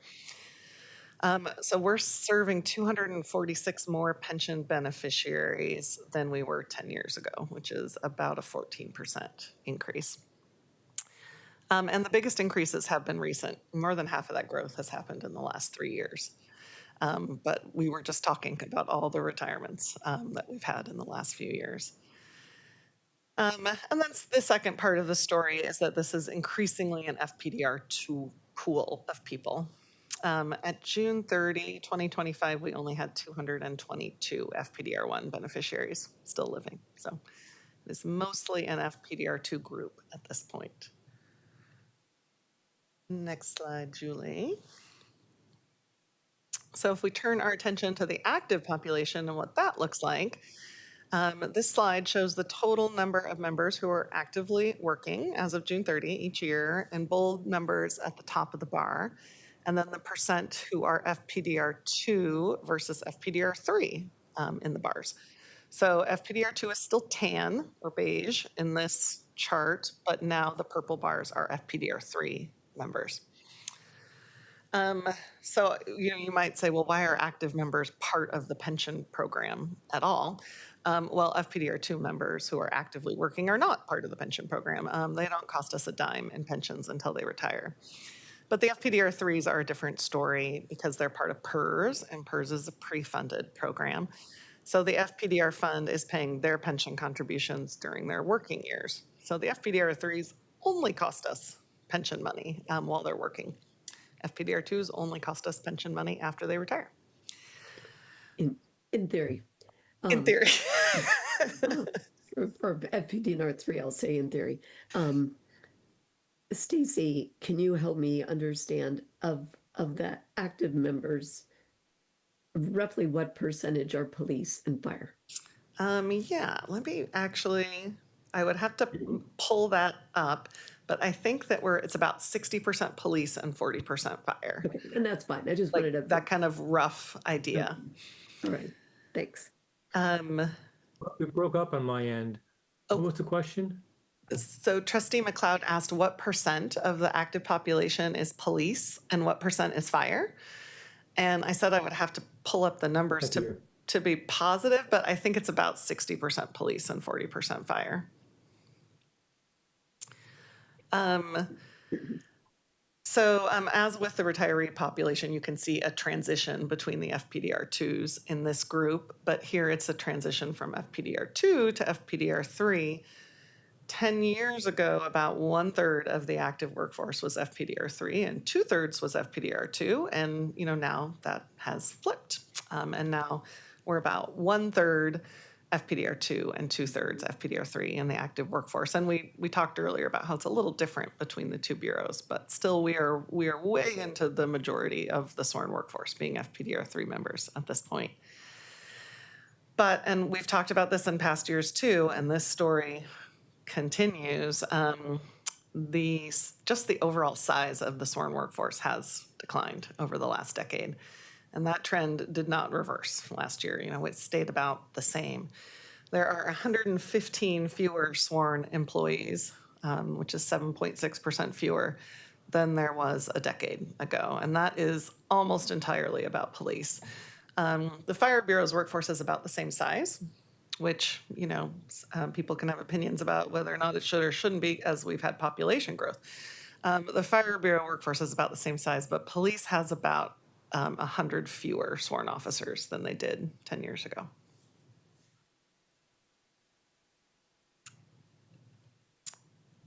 All right. So this slide just shows how much money we're spending on all of these people. The total, can we move Next on slide. to the next slide? Sorry. The total pension costs are in bold at the top of the bars, with PERS contributions for active FPDR3 members in the purple bars, or just above the purple bar, and direct, okay, I'm lying. No, I don't show you the total amount in bold at the top. That's a lie. Okay, you'd have to look over to the left axis to get a sense of the total amount. But the amount above the purple bars is what we've spent on FPDR3 PERS contributions each year, and the amount in beige or tan is what we have spent on direct FPDR1 and 2 pension benefits each year. You can definitely see growth in both categories very clearly, which was what was planned when Council reformed the plan in 2006. But PERS contributions, even though they're smaller in number, are increasing the most on a percentage basis, which is, of course, what you would expect. PERS contributions have grown more than 400% over the last 10 years. And that, again, is as intended, because every year there are more and more FPDR3 members. Every year, those existing FPDR members spread through the ranks more into jobs with higher pay. Every year, wages increase. And then, of course, at least for the last few decades, every 2 years, PERS contribution rates increase as well. Pension benefits for FPDR1 and 2 members in tan have also grown, but only about 50% over that same decade. And the primary driver there is an increase in FPDR2 retirees as compared with FPDR1 retirees, because FPDR2 retirees have more generous pension benefits. But wage growth and high retirement rates have also been factors in those increases. All right, next slide, unless there are questions. So for the next 2 slides, I just want to take a look, as I've done for the past couple of years, at this relatively small part of the pension program, which is preparing pension estimates. So I just want to keep updating the board on how we're doing with both timeliness and accuracy of pension estimates, because they have been a part of the pension program we've been struggling to deal with a bit. Just a little bit of background for Trustee Stoffel, because he may not know, for a long time, we could get pension estimates out within a week or 2 of a member making a request, and we were able to do that for many years. Each pension estimate is actually a pension estimate set, because typically members will ask for 3 or 4 different scenarios, either different dates they're considering retiring, or sometimes promotion scenarios, like what their pension would be if they promoted or moved into a different assignment. Last year, in fiscal year 24-25, we prepared almost 200 pension estimates, 187 of those sets. And this is how long it took us to do that. Just the increasing number and the increasing complexity of the estimates have eroded our processing time. We did a little better last year. Last year, about 1/3 of our estimates took more than 30 days, and about 1/5, like 20%, took more than 90 days. I can reassure you that the ones that take more than 90 days are always estimates for people who are who are many years from retirement and they don't have an urgent need for an estimate. But all the same, we're still working to bring those processing times down. And what we've talked about in the past is the need to make some better attempts to automate more of the pension estimate process. And that project really got tabled by vacancy and turnover in the business system analyst position, which Sam was just talking about earlier and can talk about a bit more because that's the key position that we need to have involved in what we can do there. So that's very much on the table now that we have a business systems analyst in place and coming up to speed. And then, what we were able to do this year was you just met Himani, and she has really just turned out to be a pension estimate pro and has been tackling pension estimates, and that frees up some of the analyst time to review her work. So it's getting better, but it's still not where we want it to be, for sure. If we look at pension estimate accuracy on the next slide, Julie, this does remain a point of pride because as much as members do care about getting their pension estimates quickly, they care even more about them being accurate. So this chart shows the percent of estimates that are within 1% of final retirement calculations for estimates that are prepared within 1 year of retirement. So nearly all of our estimates are hitting that target, which I think is a strong indicator of reliability and process discipline, and an important reassurance for the members who are making life decisions based on these numbers. So as much as we want to get them estimates quickly, we want to make sure we don't sacrifice too much in the way of accuracy. We have experimented with that a bit because there is a little bit of a trade-off. As you can imagine, it takes longer to do something more accurately. Which I think explains that little bit of a dip. But there's also been an increase in variable pay, particularly at the police bureau, which is harder to project. I'm going to pause and see if there are questions about pension estimates.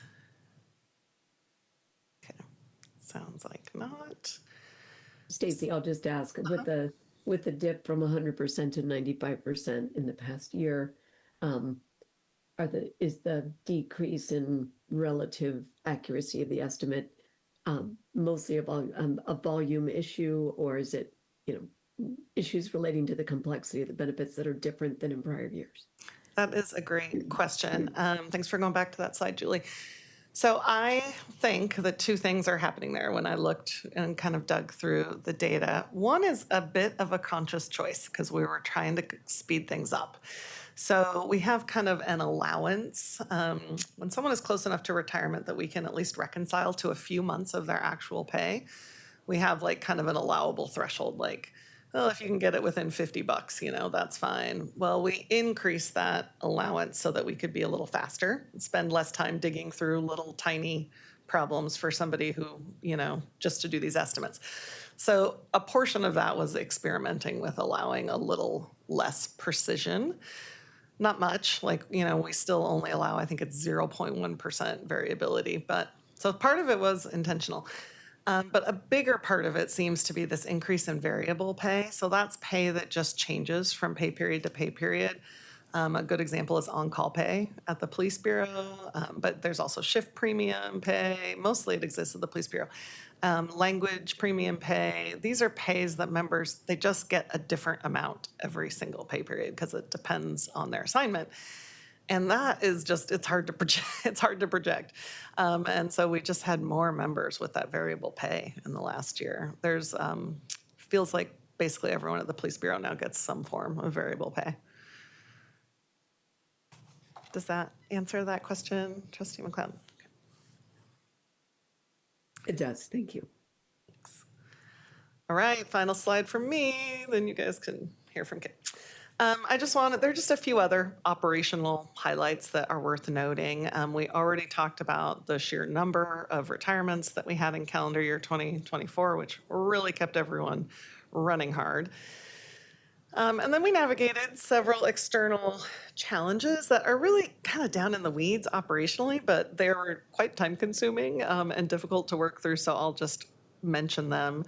Sam's talked quite a bit already about the new payment process with Wells Fargo.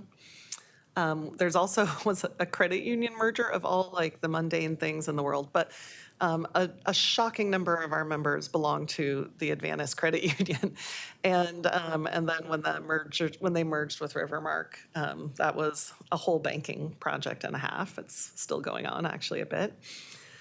On the active member side, we implemented 5 new pay types this year, last year, 4 for police and 1 for fire, and then revisions to 2 other pay types.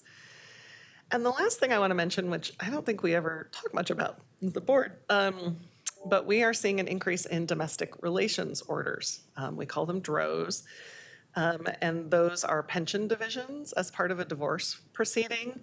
And we've just seen an increased number, and I'm looking at Julie because Julie is, you may not know that Julie spends probably at least half your time processing these things. And Franco as well, we should also look at Franco. So getting more and more of them, and they've also just become more and more complex, sometimes legally and sometimes financially. So we have been spending more staff time on that. And DROs require staff time from Julie and Franco on the legal end, and then from my team on the finance end. So my staff asked me in all seriousness if I could ask the board if we could hire a marriage counselor. Because it would be cheaper than processing all of these DROs, but obviously we cannot do that. So it's just been a year with quite a few changes and special challenges, but also a year that I think really showcased the finance and pension team's adaptability and problem-solving skills. And I just have a really great team, and I'm really proud of them as we work through all these things. Before I turn it over to Kim. Kyle has a question. Oh, yes, Trustee McClary. Yeah, thanks. Just in regards to the new and revised pay types, is each pay type correlate to a new pay code as well? Yes. The ones, when I talked about some that were revised, those don't get a new pay code, but otherwise, I'm trying to think if there's ever been an example of a new pay type that didn't get a new pay code. I don't think so. All new pay types get new pay codes. And when there's a new pay type, a couple of things have to happen. We have to make programming changes because we're importing all that data from SAP. So now we need to import the new pay type. And so there's an IT component to it. And then there's a policy component to it, in that we have to know, is this a pay that gets included? Is it pensionable pay? Is it not pensionable pay? And also, how does it relate to disability benefits? When somebody's on disability, are we replacing this pay or are we not? And so there's both of those aspects. Got it. Thank you. Mm-hmm. All right, I'll pass it off to Kim. All right. Well, good afternoon, trustees. I'm Kimberly Mitchell, FPDR Disability Claims Manager, and I'm happy to share what's been going on with disability this past fiscal year. As Sam alluded to earlier, we were wrapping up the enrollment and onboarding of the new MCO, Majoris MCO, and that process went very smoothly. The enrollment still go very smoothly after they file the disability claim. So I'm happy to report that the success of that in terms of our member transition to the MCO. But while we were working on that, we were also working with Majoris IT and our BSA to complete reporting that was needed for this all to work as well. And one of the things that we were working on were updates to the provider panel reports. And these reports are important because we need to know month to month who the providers are who are treating the members, so that we can apply contracted discounts to the services that they provide. We've had some delays in the reporting because of our BSA position and the challenges with things that had to be stopped. But we began to make momentum in working on those reports so that we can use them and have that information necessary for our bill pay and other things that we have to do. Equally important to the work on our provider reports was correcting errors in our database medical discount reporting. You all may recall that last year I had to pull a slide on medical savings because we discovered that the numbers were not correct. Um, we had to work on that this whole past year, and a lot of that was stalled and stopped because of the turnover in our BSA position. This work on the non kind of IT side to help with discovering the errors that we were seeing was just a lot of painstaking hours reviewing payments captured on the report, identifying errors, and giving that information to our PSAs so that they could work on the back end to see what was going on and causing those errors. As Sam alluded to earlier, we have a new BSA, and she's really made some great strides in the last month or so in that report, taking advantage of the information we've provided her and all of her expertise. And I am really beyond happy to report that for the first time in months, I just reviewed a report that was totally clean, no errors. And so that just suggests that we are well on our way to getting some of these reports that are critical to the operation of our MCO and information that we use internally as well done and completed so that we can use them again. So a lot of work went into that. And we were also in the early stages of enhancements to our database to capture information key to our subrogation processes. These are tracking that we do for injuries that have been caused by other parties. Um, Motor vehicle accidents are most common, where somebody has hit our police officers, motor vehicle accident type things. What we want to do is make sure we have the information to capture who those perpetrators are and their representative, their insurers, and if it's a restitution case, we want to capture case numbers and that in one single report, just to make the process easier to track. And so we've started some work on that. So that's kind of the IT side of things. On the next slide, thank you, you're ahead of me, Julie. Noteworthy was the May 2025 disability team visit to the fire training site. This was coordinated by Jarrett Laws, and it was a day where we got to go out, or half a day, I should say, where we got to go out and see how they do their work, how they do their training, what are some of the techniques and tools they do to as they work to serve the citizens of the city of Portland when they're on calls. It was a great day. The training was really helpful. It provided us certainly with a continued appreciation for the challenges of the Fire Bureau's work, our firefighters' work. It enhanced our ability to better understand the descriptions reported on the disability and line of duty reports, especially when injuries result from things like using pipe poles or axes to pry open doors, some of the techniques that they use to descend walls, and even the rigors of getting in and out of their fire truck. I mean, with all their equipment. And so it was just a great day of training. We greatly appreciated that. Again, it helps us in the administration of our claim when those come, when the disability and light of duty reports are received, and we're trying to make sure we understand what has gone on. So that was really good. The other thing in terms of training is FPDR staff have provided some training to Fire Bureau lieutenants and new members. Our senior analyst, Julie Barber, and our disability analyst, Renata Hartsook, went out to the bureaus and conducted a few trainings in coordination with the FPDR liaison, Jarrett Laws, who's filling in for Brent Cabanas. But they created the content and they went out and did training. And what we wanted the lieutenants to know at their stage in the process, these are new lieutenants who are going to be overseeing other firefighters. We wanted to, one, make sure they're aware of FPDR, and two, know about our process for completing the injury reports that they completed at the Bureau, submitting it to FPDR, the importance of timely completion of the disability and line of duty report, and encouraging that with the folks under their supervision. So that was some really good training, and also helps to encourage timely filing of claim reports. And they also did some new member training as well, again, familiarizing the membership with FPDR, who we are, how they work, and the necessity to get those claim reports filed timely. So the other thing we worked on was improvement to our transitional duty wage subsidy reimbursement process.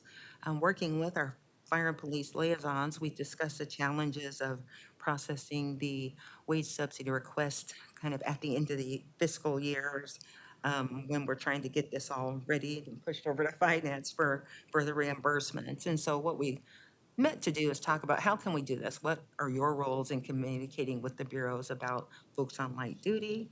And how can we get that information to them quicker so that they can submit the reimbursement request to us within a short period of time after the quarter of transitional duty that the members have worked. And the reason we want this is because we want time to process it. We want to make sure that we have all the documentation. There are times when the bureaus may request a reimbursement, but we don't have maybe a work status report or other information to show that they were on light duty or should be working light duty. And so we're just making sure all of the documentation is there to support the hours being requested, that the members have worked those hours. And I think we are on track now to start getting those processed more timely.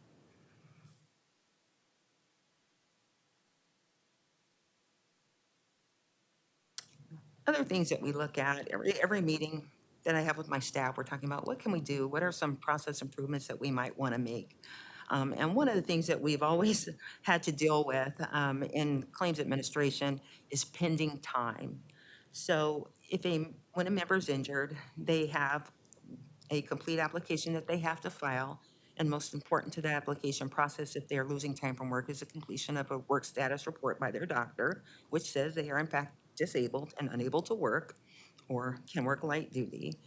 And if we don't have that information, we have to pend that time, which means the member is using their accrued leave for any period that is pended. And so what we worked on a few years ago is a prior authorization form, something that the members could complete in advance, so that at the time the restoration was to be done, we would have that authorization instead of collecting it at that time. Restoring that time can create delays if they don't sign and return those forms to us. And we've recently identified a few cases that were very old, and we wanted to, what can we do to get that resolved? And one of the things we did was assign our assistant claim technician to do that outreach. That is her focus. We talk about these every couple of weeks and look at those who have not responded to our requests for those forms. And we have her go after them.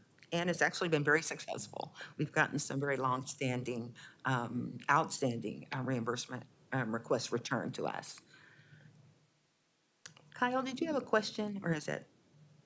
Okay, all right. So next slide. So now we're gonna go into the disability claim numbers for the fiscal year 2024 and 25. And we've got a chart with a lot of bars and graphs. So I'm just gonna walk you through that. I love this chart.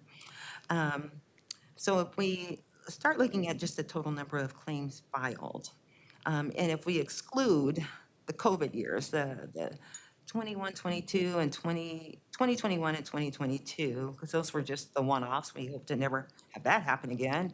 If we exclude those and look at an average of the number of claims per year for the 6 years prior to, for the 5 years prior to and that 1 year post-COVID, we have an average of about 339 claims filed each year.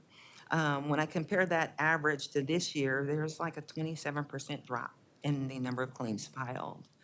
And if you look at them in the red and blue bars below by fire and police, you can see that there's been a steady kind of decline in the police number of claims filed each year.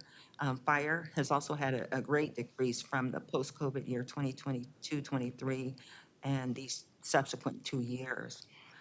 We've been looking for, is there any one thing that's been causing the decline in claims? No, there are factors though, and we've also often said that one of the reasons that the number of claims filed has decreased was that we have less number of members.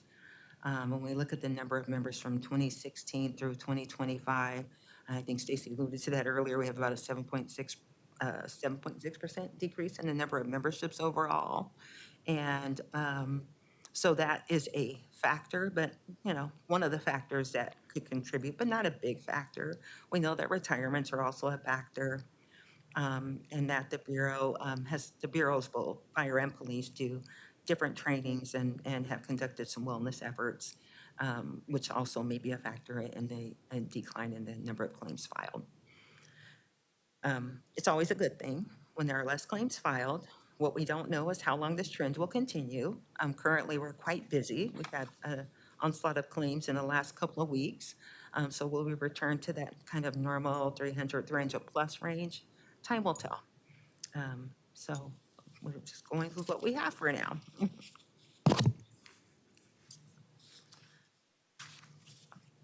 And so next slide, we're going to look at the injuries by bureau. And each year we report the top 5 causes in each category is represented here: the injury cause, body part, and injury location. And so if we start with police, we see here that 26% of the top 5 causes of their injuries was overexertion. These can occur during the running, jumping, restraining activities during the pursuit of suspects, and that is typically what kind of lots of injuries occur within that category. We have 22% that were caused by motor vehicle accidents. Again, our members are being struck by or run into people during traffic, just in the course of their work. Tied at 21% for injury caused were officer assaults and miscellaneous accidents. Miscellaneous accidents are challenging because there's often multiple things that are going on with a member. They may have hurt their knee after chasing a suspect and getting into an altercation. Which one caused it? We don't know, but we try to capture them as best we can. And sometimes it's just miscellaneous is the best fit for what we're trying to do in terms of describing the injury. And then here we see that about 10% of the top 5 injury causes were due to slip and trips, but no falls. When we look at the body parts injured, we see that 24% have multiple body parts injured. That a lot of times is driven from altercations, sometimes motor vehicle accidents as well, where they've injured a head, neck, shoulder type thing. We see that 20% of their injuries occurred to our back injuries. And a lot of times those are also altercation type related things, but can also occur during their defensive tactics trainings and altercations with suspects. 14% of the injuries were to their fingers and hands, and these can sometimes seem minor, but hand injuries can be career injuries if they can't hold a gun or if they can't apprehend a suspect. So we do pay attention to those.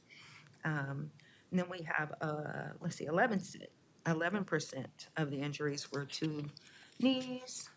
And then last, we have a combination of, at 10% each, a combination of injuries to ankles, hands, and shoulders, which make up the top 5. When we move over to injury location, we see that 52% of the injuries occur at the scene of a fire or call. That's not a surprise here. They are mostly out on patrol. 17% of injuries occur at the training sites. This is where they are doing really targeted defensive tactic and other training. 15% at the precincts and stations, and there is training that goes on at the precincts and stations, but they're very different sometimes in orientation compared to what they do at the training sites, which are more robust training. We have 12% in motor vehicle accidents, and then 5% at locations that are not necessarily at a scene of a fire or call, but injuries that do occur in the course of their employment, while some examples are injuries that can occur at a conference or while they're doing trainings outside the city limits or with Metro. Can I ask you a question about that? And Sure. it may be more of a Sam question or a fire and police trustee question. I don't know what happens at these sites, even with your good explanation, and I really liked seeing this breakout. the percentage of injuries that happens at the training site in the precinct or station gets my attention.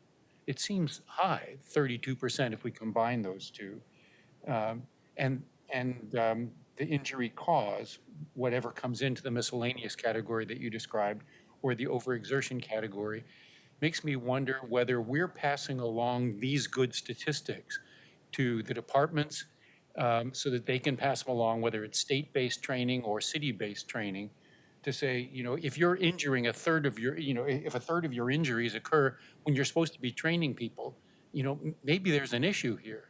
At least I would be concerned about that. Yes, The numbers aren't enormous, certainly, but they're enough, the percentages are high enough to get my attention. So, sure. but all of that was a long-winded way of saying, are we passing along these good statistics? Yes, we do. Yes. We've had 1 year, well, last year with the BSA challenges, we didn't get them to report, but every year prior, we've gotten them a report and we got them one this year. So yes, they want to know. Yeah. Thank you.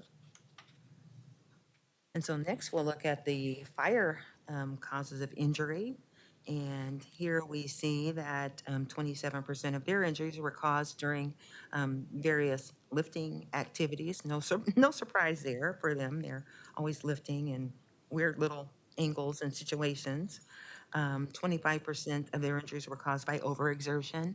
And so that is kind of like your reaching and pulling type of activities that they do, kind of in concert with lifting sometimes as well. We have 16% of their injuries occurring in physical fitness, and this is something that rose up this year as a category and something we wanted to report to the Bureau. These were injuries that occur while they're doing some individual training, as opposed to some of the larger group wellness trainings. The guys are trying to stay fit and ready for their work. Sometimes they're getting injured doing that, and so this is something, again, that we share so that the Bureau themselves can look at, you know, should there be any change to individual training or some of the things they're participating in as part of their broader wellness campaigns. And we defer to the Bureau for that. We give them the information and they, it is for them to look at and determine what they do with that. Can I kind of insert a little bit right there? Sure. We have met with various chiefs in the Fire Bureau addressing the specific situation, talking about it, giving them feedback. With the liaisons help, they got some research done by other fire bureaus or fire departments, what they get there too. We've also met with the new Chief Johnson, and this was an issue up. So this has been raised up to the chief levels in the Fire Bureau, and it's up to them to deal with it. A lot of it, there's some expectations and cultures to do, and there's somehow, how do you make things happen the way you want to happen and prevent these injuries? So it has been elevated to the high levels, and thanks to Kim for setting up all those meetings. Yeah, thank you, Sam. And then in terms of injury cause, again, we'll go back and we see 12% of the top five injuries were caused by noise exposures. That's not uncommon for firefighters who are exposed to their sirens, and that even with ear hearing protection, they're still exposed to a great amount of noise in their work. And so 12% that. And then tied for fifth place were communicable diseases and injuries with no specific cause. Sometimes it's hard for the members to describe how these injuries occur, but we are always evaluating them to make sure they're injuries that occur in the course of employment. Um, um, and so our coding is such that sometimes it'll say no specific cause. When there's nothing put on the DILD report, our coding is done in the early stages, and then we try to correct it at the end of the year as we get more information about the injuries. The communicable diseases are the pneumonias and those kinds of things that are just due to exposures. So when we look at next the body parts, of the top 5% again of the claims that were filed, we see that 31% were back injuries, followed by 29% of injuries to their shoulders. A lot of shoulder injuries this year. Tied for third at 15% were hearing, and that is also kind of a common thing I just talked about, the noise exposures. And then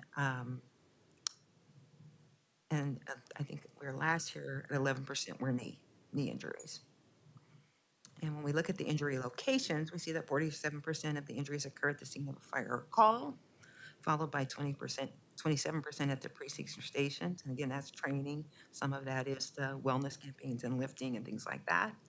13% of their injuries occur at multiple sites, which include, and these are including the categories for for occupational exposures, hearing loss type claims. We have 10% of their injuries occurring at the training site, and these are for more controlled and planned trainings. And then 3% of the injuries occur at other work locations. And then again, these are other jurisdictions or conferences, things like that. And so next, if we don't have any questions here, we'll go to the next slide where we look at our decision rates. And so our history with this report is to report all claims statuses at the time we collect this data for the presentation.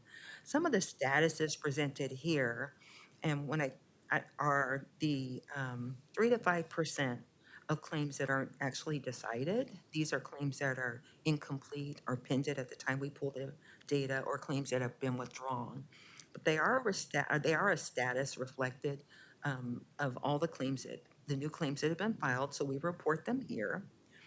And so this year we see that we see here that 88% of the claims that were decided in this category were approved, and 6% were denied. 4% of the claims filed were incomplete. We had 1% of them that were pending, which means they're still under review at the time we collect the data, and 1% of the claims were withdrawn. If we look at the claims in terms of just what we actually decided, we have a little bit higher number. 94% of the claims were approved, and 6% were denied. Am I getting that right? Yeah, I think about 94% of the claims were approved. So I wanted to also say that our claim approvals are based on all claim facts, the time and place of the injury, the mechanism of injury, and the information that we receive from the doctor that corroborates the type of injury they're reporting to the type of condition being treated. Most often, we find that easy to do, that cause and effect. We get the reports timely, the claims reported timely, the treatment is sought timely. It's easy to make that connection. If it's difficult to make that connection, we get sometimes second opinions in terms of independent medical record reviews, or we go back to the attending physicians to get clarity and ask them information about the claim. And so the claim approval and denial processes can be pretty intensive, a lot of work, whether we accept them or deny them. But overall, we've got a good approval rating here for our membership. I would also like to add that we decide post-retirement and recurrence claims. These are reflective of new claims filed, but we also process claims for members who are retired, who are entitled to post-retirement medical benefits. And we also process claims for active members who have had a recurrence of an injury that was closed. So they have a shoulder injury, it was treated and resolved, it gets worse, we also process that claim and they may be entitled to additional benefits. So our next slide is our days to claim decision. And this slide is also based on claim data and all claim status categories used for our report. And here we see that 137 claims, or 56% of the claims filed, were decided in under 30 days. This is a lot of work on the part of our analysts to get these claims in, have outreach to our members, pull all the information together, and hound the doctors if need be to get information.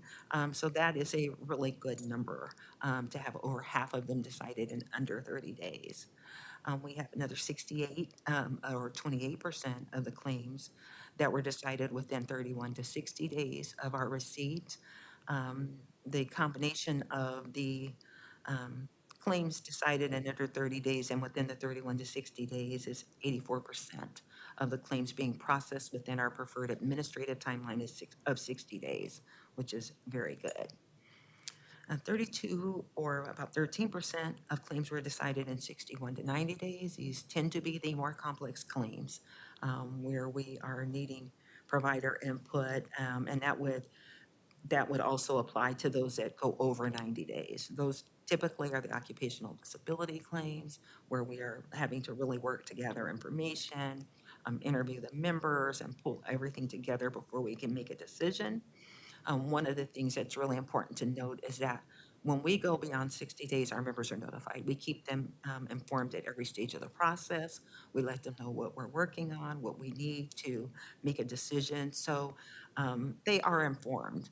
And one of the things that's really important for them to know is that if the claim decision goes over 90 days, one of the reasons we are really um, reaching out to them is to let them know that they do have a right to appeal the claim. It's in a de facto denial status at that time after 90 days. But we let them know we're still working on the claim to make a formal decision, but we never want to um, compromise their ability to file a request for hearing timely. So we always communicate with them verbally and in writing when we've reached that point in those claims. All right. I'm going to go on to the next slide. We're going to look at disability cost by fiscal year, and that's all costs, medical and time loss. And this year we see that our total disability cost decreased by almost $1 million over the past year, almost an 11% decrease in total cost. And we'll give a breakdown on the next slide to give you some greater detail.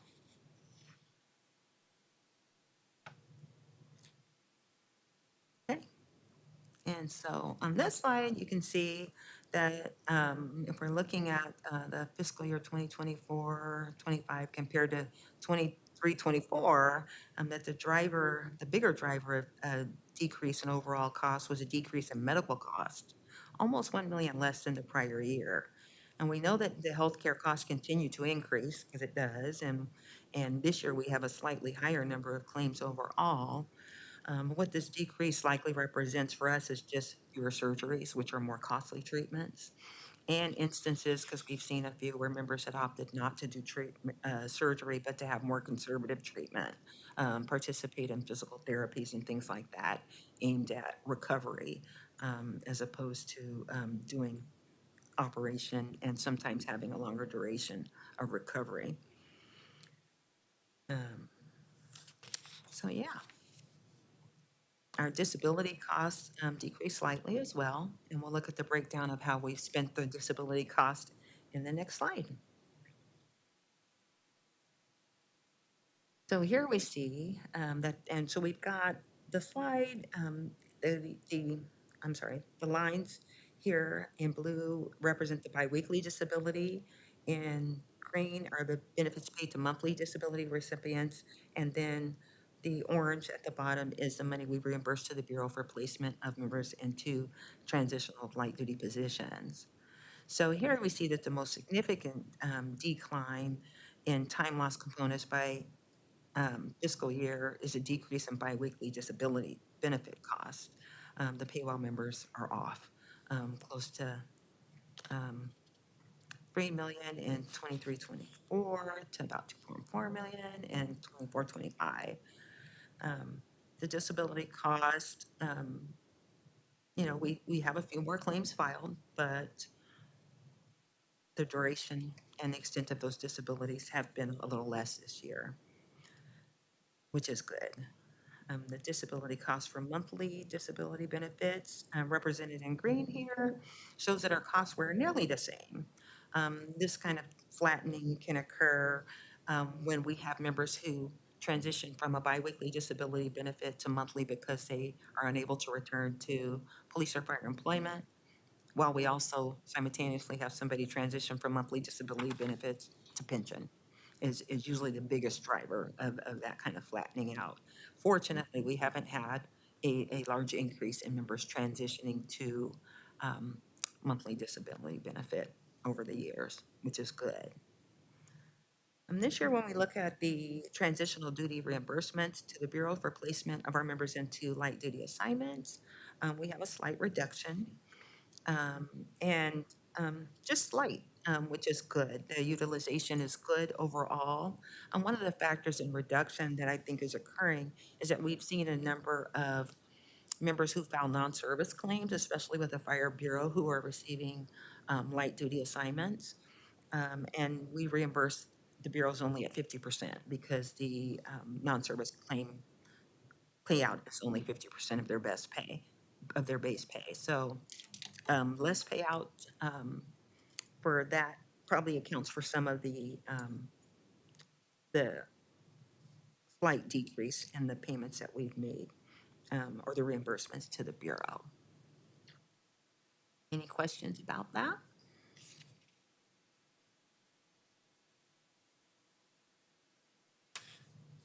I would say, in closing, that overall, it's been a good year.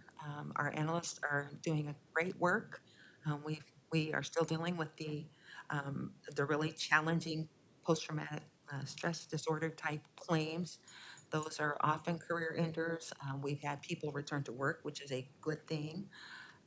And we continue to work with the medical providers to monitor those cases that we're still working on to see if we can get them back to work.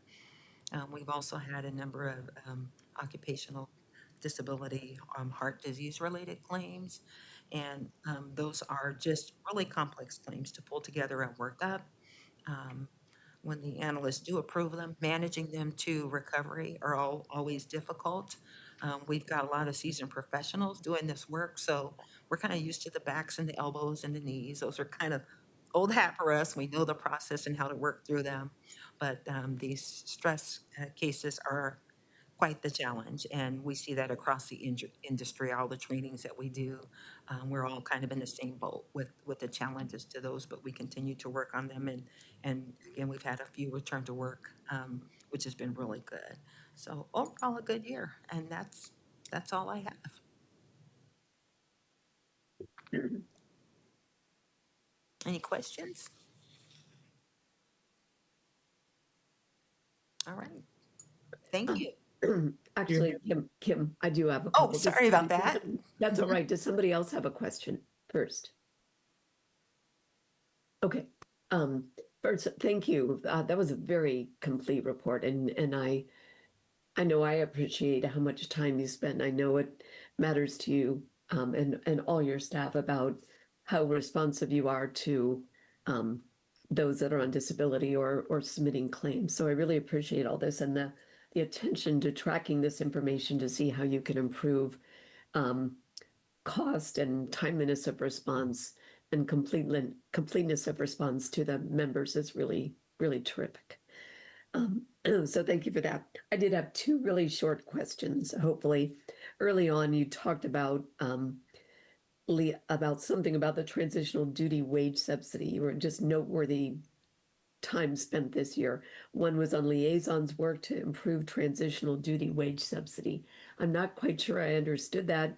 Is that was that to get more people on the return to work and transitional duty, or to improve the actual wage subsidy itself? Can you clarify what the intent of that effort is? Yes, thank you. The intent of that effort was to speed up the process by which we receive information from the Bureau seeking reimbursement for those who have been placed in the light duty positions, and trying to improve the timeliness of our receipt of those documents. And when I say timeliness, we'd like to get them within 30 days or so from the end of the quarter that the members have worked the light duty positions. What had happened historically is we would get them towards the end of the fiscal year, and we'd have to do a big crunch and movement to get those processed. And all reimbursed, And reimbursed, exactly. Got it. And So this is not so much impacting the members as it is just improving the internal process and cost recovery. Is that correct? Correct. Okay. Yeah. Thanks for clarifying that. And then the other one, sort of along that same line, is early on you talked about in the IT related areas, the glitches in recapturing MCO related discounts. Are there any concerns that that we are missing, I mean, permanently missing discounts available to us to keep costs down, or not? Can you clarify that? No, the bigger part of the discounts that we do are those that are tied to the workers' comp fee schedule. That's the biggest part of what we are capturing. And we have the data, we have the evidence of our discounts in that, in the reports that we generate, the explanation of benefits and the things that we put in the system. The explanation of benefits is a document we send to the providers. And so we know, we have the calculations, we just weren't able to reflect it in a report. And Okay, so it's not that we were actually not collecting discounts or subsidies available to right, FPDR. Yeah, okay, it was a matter of capturing it for a report. or Got it. reports that we Got all it. use, the MCOs and FPDR for disability and sometimes finance. So that's, yeah. Okay, that's where that I was. just want to make sure we weren't leaving money on the table there. That might be- Right. So thanks for clarifying that. Mhm. Okay, did anybody else have any other comments or questions? All right, well All then right. I thank you and thanks Stacy very much for that really good background. Thank you. It looks like next up on the agenda is to talk about future board meeting times. So Okay. The next board meeting is January 25th, and I believe it's also at 12:30. Julie? Yeah, 12:30. And I apologize for having to move up, but this room is used after us, and so we've had to slide up to be good, play friendly in the sandbox with everybody. Unfortunately, there's only probably 2 rooms in the city that we can use, and actually we can't use the other one, which is city council chamber. So we have to adjust our schedules to fit into here. So thank you for your making it. We are very pleased that everybody made it at 12:30. Just with Did that, you 'cause say January 25, 25th? what is that one? Did I get it wrong? What is that? 27th, should be Tuesday, the 27th. Okay. Thank you. And what will be on that will be the budget for the next year, just as you're wrapping up approval for the last year's budget, or this year's budget. We'll have next year's budget on the table for you in January. We will have some contract issues that we'll bring up. One was the OBS not to exceed increase, outside general counsel contract. I'll explain both of those here in a minute. And in March 24th, is that correct with March? Or we're trying to remember how that conflicts with the 12:30 business, the 24th of the week before, because it's 20. Yeah, it'd be the 17th, excuse me. So March 17th, because of we avoid spring break on Portland Public Schools. So it'll be March 17th. And that will be the first discussion of the annual adjustment review, AKA COLA. That's what we have at this point with it. and Sam, is that at 12:30? Yes, Also? it will be 12:30 going forward here. Okay, Appreciate got it. that. Stacy, did you want to do your adjustments? So those are the only 2 that we've got on schedule. We'll get more of it out. With the next one after that is the May meeting, and that will be wrapping up any annual adjustment review if we need to. Go ahead. Oh, are we moving on to? Yes. To expenditures? Okay. So looking at the expenditure report, you actually have 2 this time. The final report for fiscal year 24-25, since we haven't met since the fiscal year closed. And so I would just say the 2 most interesting things to say about how we ended last year is that for the first time I can remember, we overspent the FPDR pension budget. So I guess it was somewhat lucky that we also underspent the PERS contribution budget. So I talked earlier about some overspending on FPDR pensions, higher starting pensions for new retirees than we had modeled, combined with those 100 retirements in calendar year 2024, 110. And in terms of the PERS contribution underspending, that was mostly the result of both bureaus, both fire and police, making good on their promises to rein in overtime spending as we got closer to the end of the fiscal year.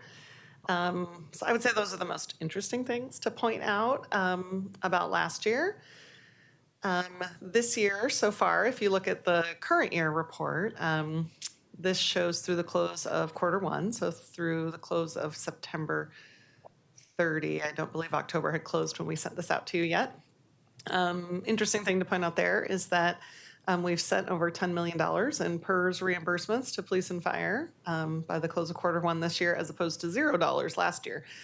So that's just reflecting what I was sharing earlier, that the Community Safety Division is getting much faster at billing, and that we are experimenting with doing monthly billings instead of quarterly billings. Are there questions about the expenditure report? Don't disappoint me, Trustee Kramer. Uh-oh, you were still on the calendar, yeah. It was kind of an abrupt change. So I think you addressed it already for the, no, I think I may be. I shouldn't have put you on the spot. Oh, I have 3 things circled to ask. Oh, I should have known, okay. And so it was, and you covered, I think, the 2 big ticket items. The FPDR 3 contributions coming in significantly lower than expected, and the taxes coming in over budget. I also wanted to ask you about the debt retirement, and if you spoke about it when I was on my calendar, I apologize. Debt retirement, we saved a little over $45 million. No, sorry, we came in about $1 million under. I'm sorry, that's what I. Yes, and so that was lower interest rates than we forecast for debt retirement. I'd have to go back and pull up the exact numbers, but at the start of the year, so this is debt retirement on the interfund loan, because this was the first year we did the interfund loan. But actually, we had budgeted to do a loan that time, so it wasn't a change between the loan and TANs. It was a change in the rate we actually projected for the interfund loan. It was lower than we expected. So what we do is we're paying the Parks Bureau, as that's who we've borrowed the money from, 10 basis points, 0.1% over whatever the treasury, the city treasury investment short-term pool is earning. So we're basically giving them a little tiny incentive to give us some money instead of just letting it sit in city treasury. And so it's a variable rate. Now it floats every day. And we projected that it would be higher, and it was a little bit lower, which meant we saved even more money. So that was nice. And yeah, as you already mentioned, like property taxes came in a bit higher than usual last year, or than we budgeted last year. And that's why we also increased beginning fund balance in the budget amendment. And that was mostly because of the return to regular property tax rolls of some property taxes in the urban renewal areas when they hit maximum indebtedness. Super, super wonky, kind of obscure, but very important to the city economist, who is busy projecting these things all the time. So as those property tax revenues are starting to trickle in, is that funneling basically directly into the interfund, paying back the interfund cash transfer? No, it doesn't go directly into that. So as we get money from the counties, that comes into a central point at the city, and then they parse it out to the different funds who get property tax money. And then we will turn around and pay the Parks Bureau back. We have to pay them back by January 31st. And so, by then we're highly confident we'll have what we need to pay them back, but we'll pay them back as soon as we can, as soon as we see how much. But yeah, the money tends to trickle in. Well, actually, it tends to trickle in until November, and then it tends to gush in. But there was one year where there was some sort of problem with the county, and we didn't get money until December. So I'm always nervous that will happen again. Thanks. Any other questions about expenditures?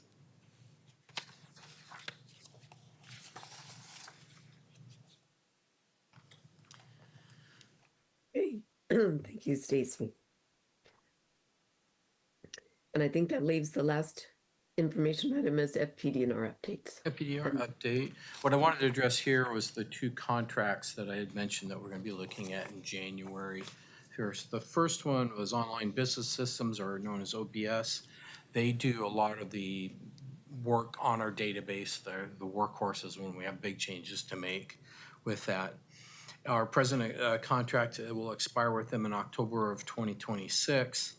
If you remember back in May, we made a significant increase to the not to exceed amount due to the work that OBS was doing to migrate things into the new servers. Our OBS billing rates remain high because effectively we went a year and a half without a business systems analyst, and so there was not a lot of direct oversight with it. We have a top-notch one, another Sam Clark. She's our BSA 3. She's already working with OBS, and they're working on a tracking system so she can monitor the work they're doing, why they're doing it, and she has taken a little bit of the work on herself. So we're going to have to we're probably going to exceed the amount that we have in the contract and have to come back to you with the not to exceed amount. We'll come back with that. There's also a second reason, the movement to the secure server due to Wells Fargo. That was not on our list in May 2024 when we came to you for the last increase. So we'll have to take a look at that and give you all the numbers next time and see what that amounts to carry us through October of 2026. Also, the next one is our outside legal counsel. And this was created in 2007. The board at that time wanted outside general counsel to provide additional information to the council. Be honest with you, they had some concerns about the objectiveness of the city attorney's office. There were some concerns that there was some conflicts between who really was the client, FPDR or other people in the city. So that's why the board at that time wanted an outside counsel to come in to do it. They wanted somebody to make sure it wasn't influenced by the politics happening in the system or politics happening in the city. They also were looking for somebody who had quite a bit of experience with the IRS and pensions that go much more deeper into some legal analysis of that.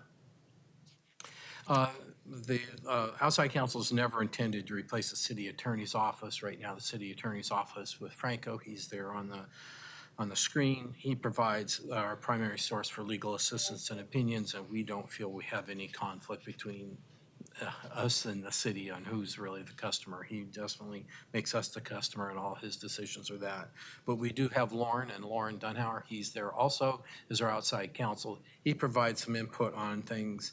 If we need a different point of view to look at something, maybe there's some complex issues relating to the administration of the FPDR plan, tax or IRS qualifications assistance, being aware of some new potential changes to the IRS code. I think there's a couple that are in line after some of the stuff that Biden had passed. There'll be some changes coming through, and so when they become effective in 2027, we'll need some help next year understanding what they are, how they impact the plan, and how they impact some of the retirees. They also help us when we have some unique situations to interpret what the charter and the administrative rules mean in those unique, usually financial or taxation situations. They'll also interpret, again, charter and administrative rules in those type of situations with it. We've had them or Ogletree Deacons do some special work for us in the past. We're trying to do a study on workers' compensation plans. We contract or had them go do that with us. We have some complex DROs. I think you heard about those before. Some might get complex. We have to get Lauren involved with it too to figure out how that happens and how it works in with some of the complex state statutes. So since 2007, there have been two firms that have provided outside counsel service, Lane Powell and Ogletree Deacons. Ogletree has been with us since 2015 with that. We're going to issue an RFP here. We feel it's due diligence. It's been over 10 years since we've looked at what's out there for outside legal counsels. I want to make it clear we have no issues with Lauren or Ogletree Deacons. It's just feeling it's our due diligence to explore options that are out there to us. We expect to release the RFP proposal here in a couple weeks with that. And we'll start a review in mid-December, and we'll have a review team of the FPDR management. So Kim, Stacy, and myself. Franco from the city attorney's office will be there, and I'm going to look for at least one volunteer from here. You don't have to volunteer now, but you can throw in some word to me, send me an email if you're interested on being on that evaluation committee. So the first step of evaluation is just looking at the paper responses back to, their RFP responses. And we might have in-person presentations if we feel that they would be beneficial after we do that first review. And by a January board meeting, we should have at least selected who we want to do it, and we'll be entering into the negotiation process, and we'll present that to you in January. So any questions either on online business systems or the outside counsel? No. If you're interested in being on that review, let me know. If not, I will pull a name out of a hat and I'll contact you with that. Okay. Thanks very much, Sam. Those are good things to know about in advance. Any other general comments for the good of the order before we wrap up? No, I think about everybody's ready to go home after this. Is I always a suspect- long well, meeting. It is, but it's a very informative meeting when we Yeah. get to hear the background about FPDR. So thank you all very much. And with that, let's adjourn. Thank you much. Have a good one, everybody. Okay. you. Take care.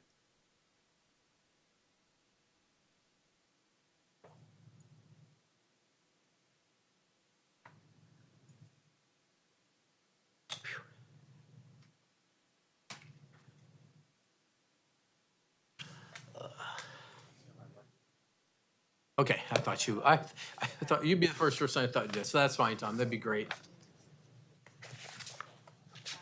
And we'll get out to you, because the RFP will be going out soon, and we'll send you a copy of the RFP, so you can look at it, and then we'll give you the dates of when the RFP closes, and then we'll try to find some time to get everybody. So fortunately, the first one's just a paper review, so we don't have to arrange a meeting with the candidate organizations at that time.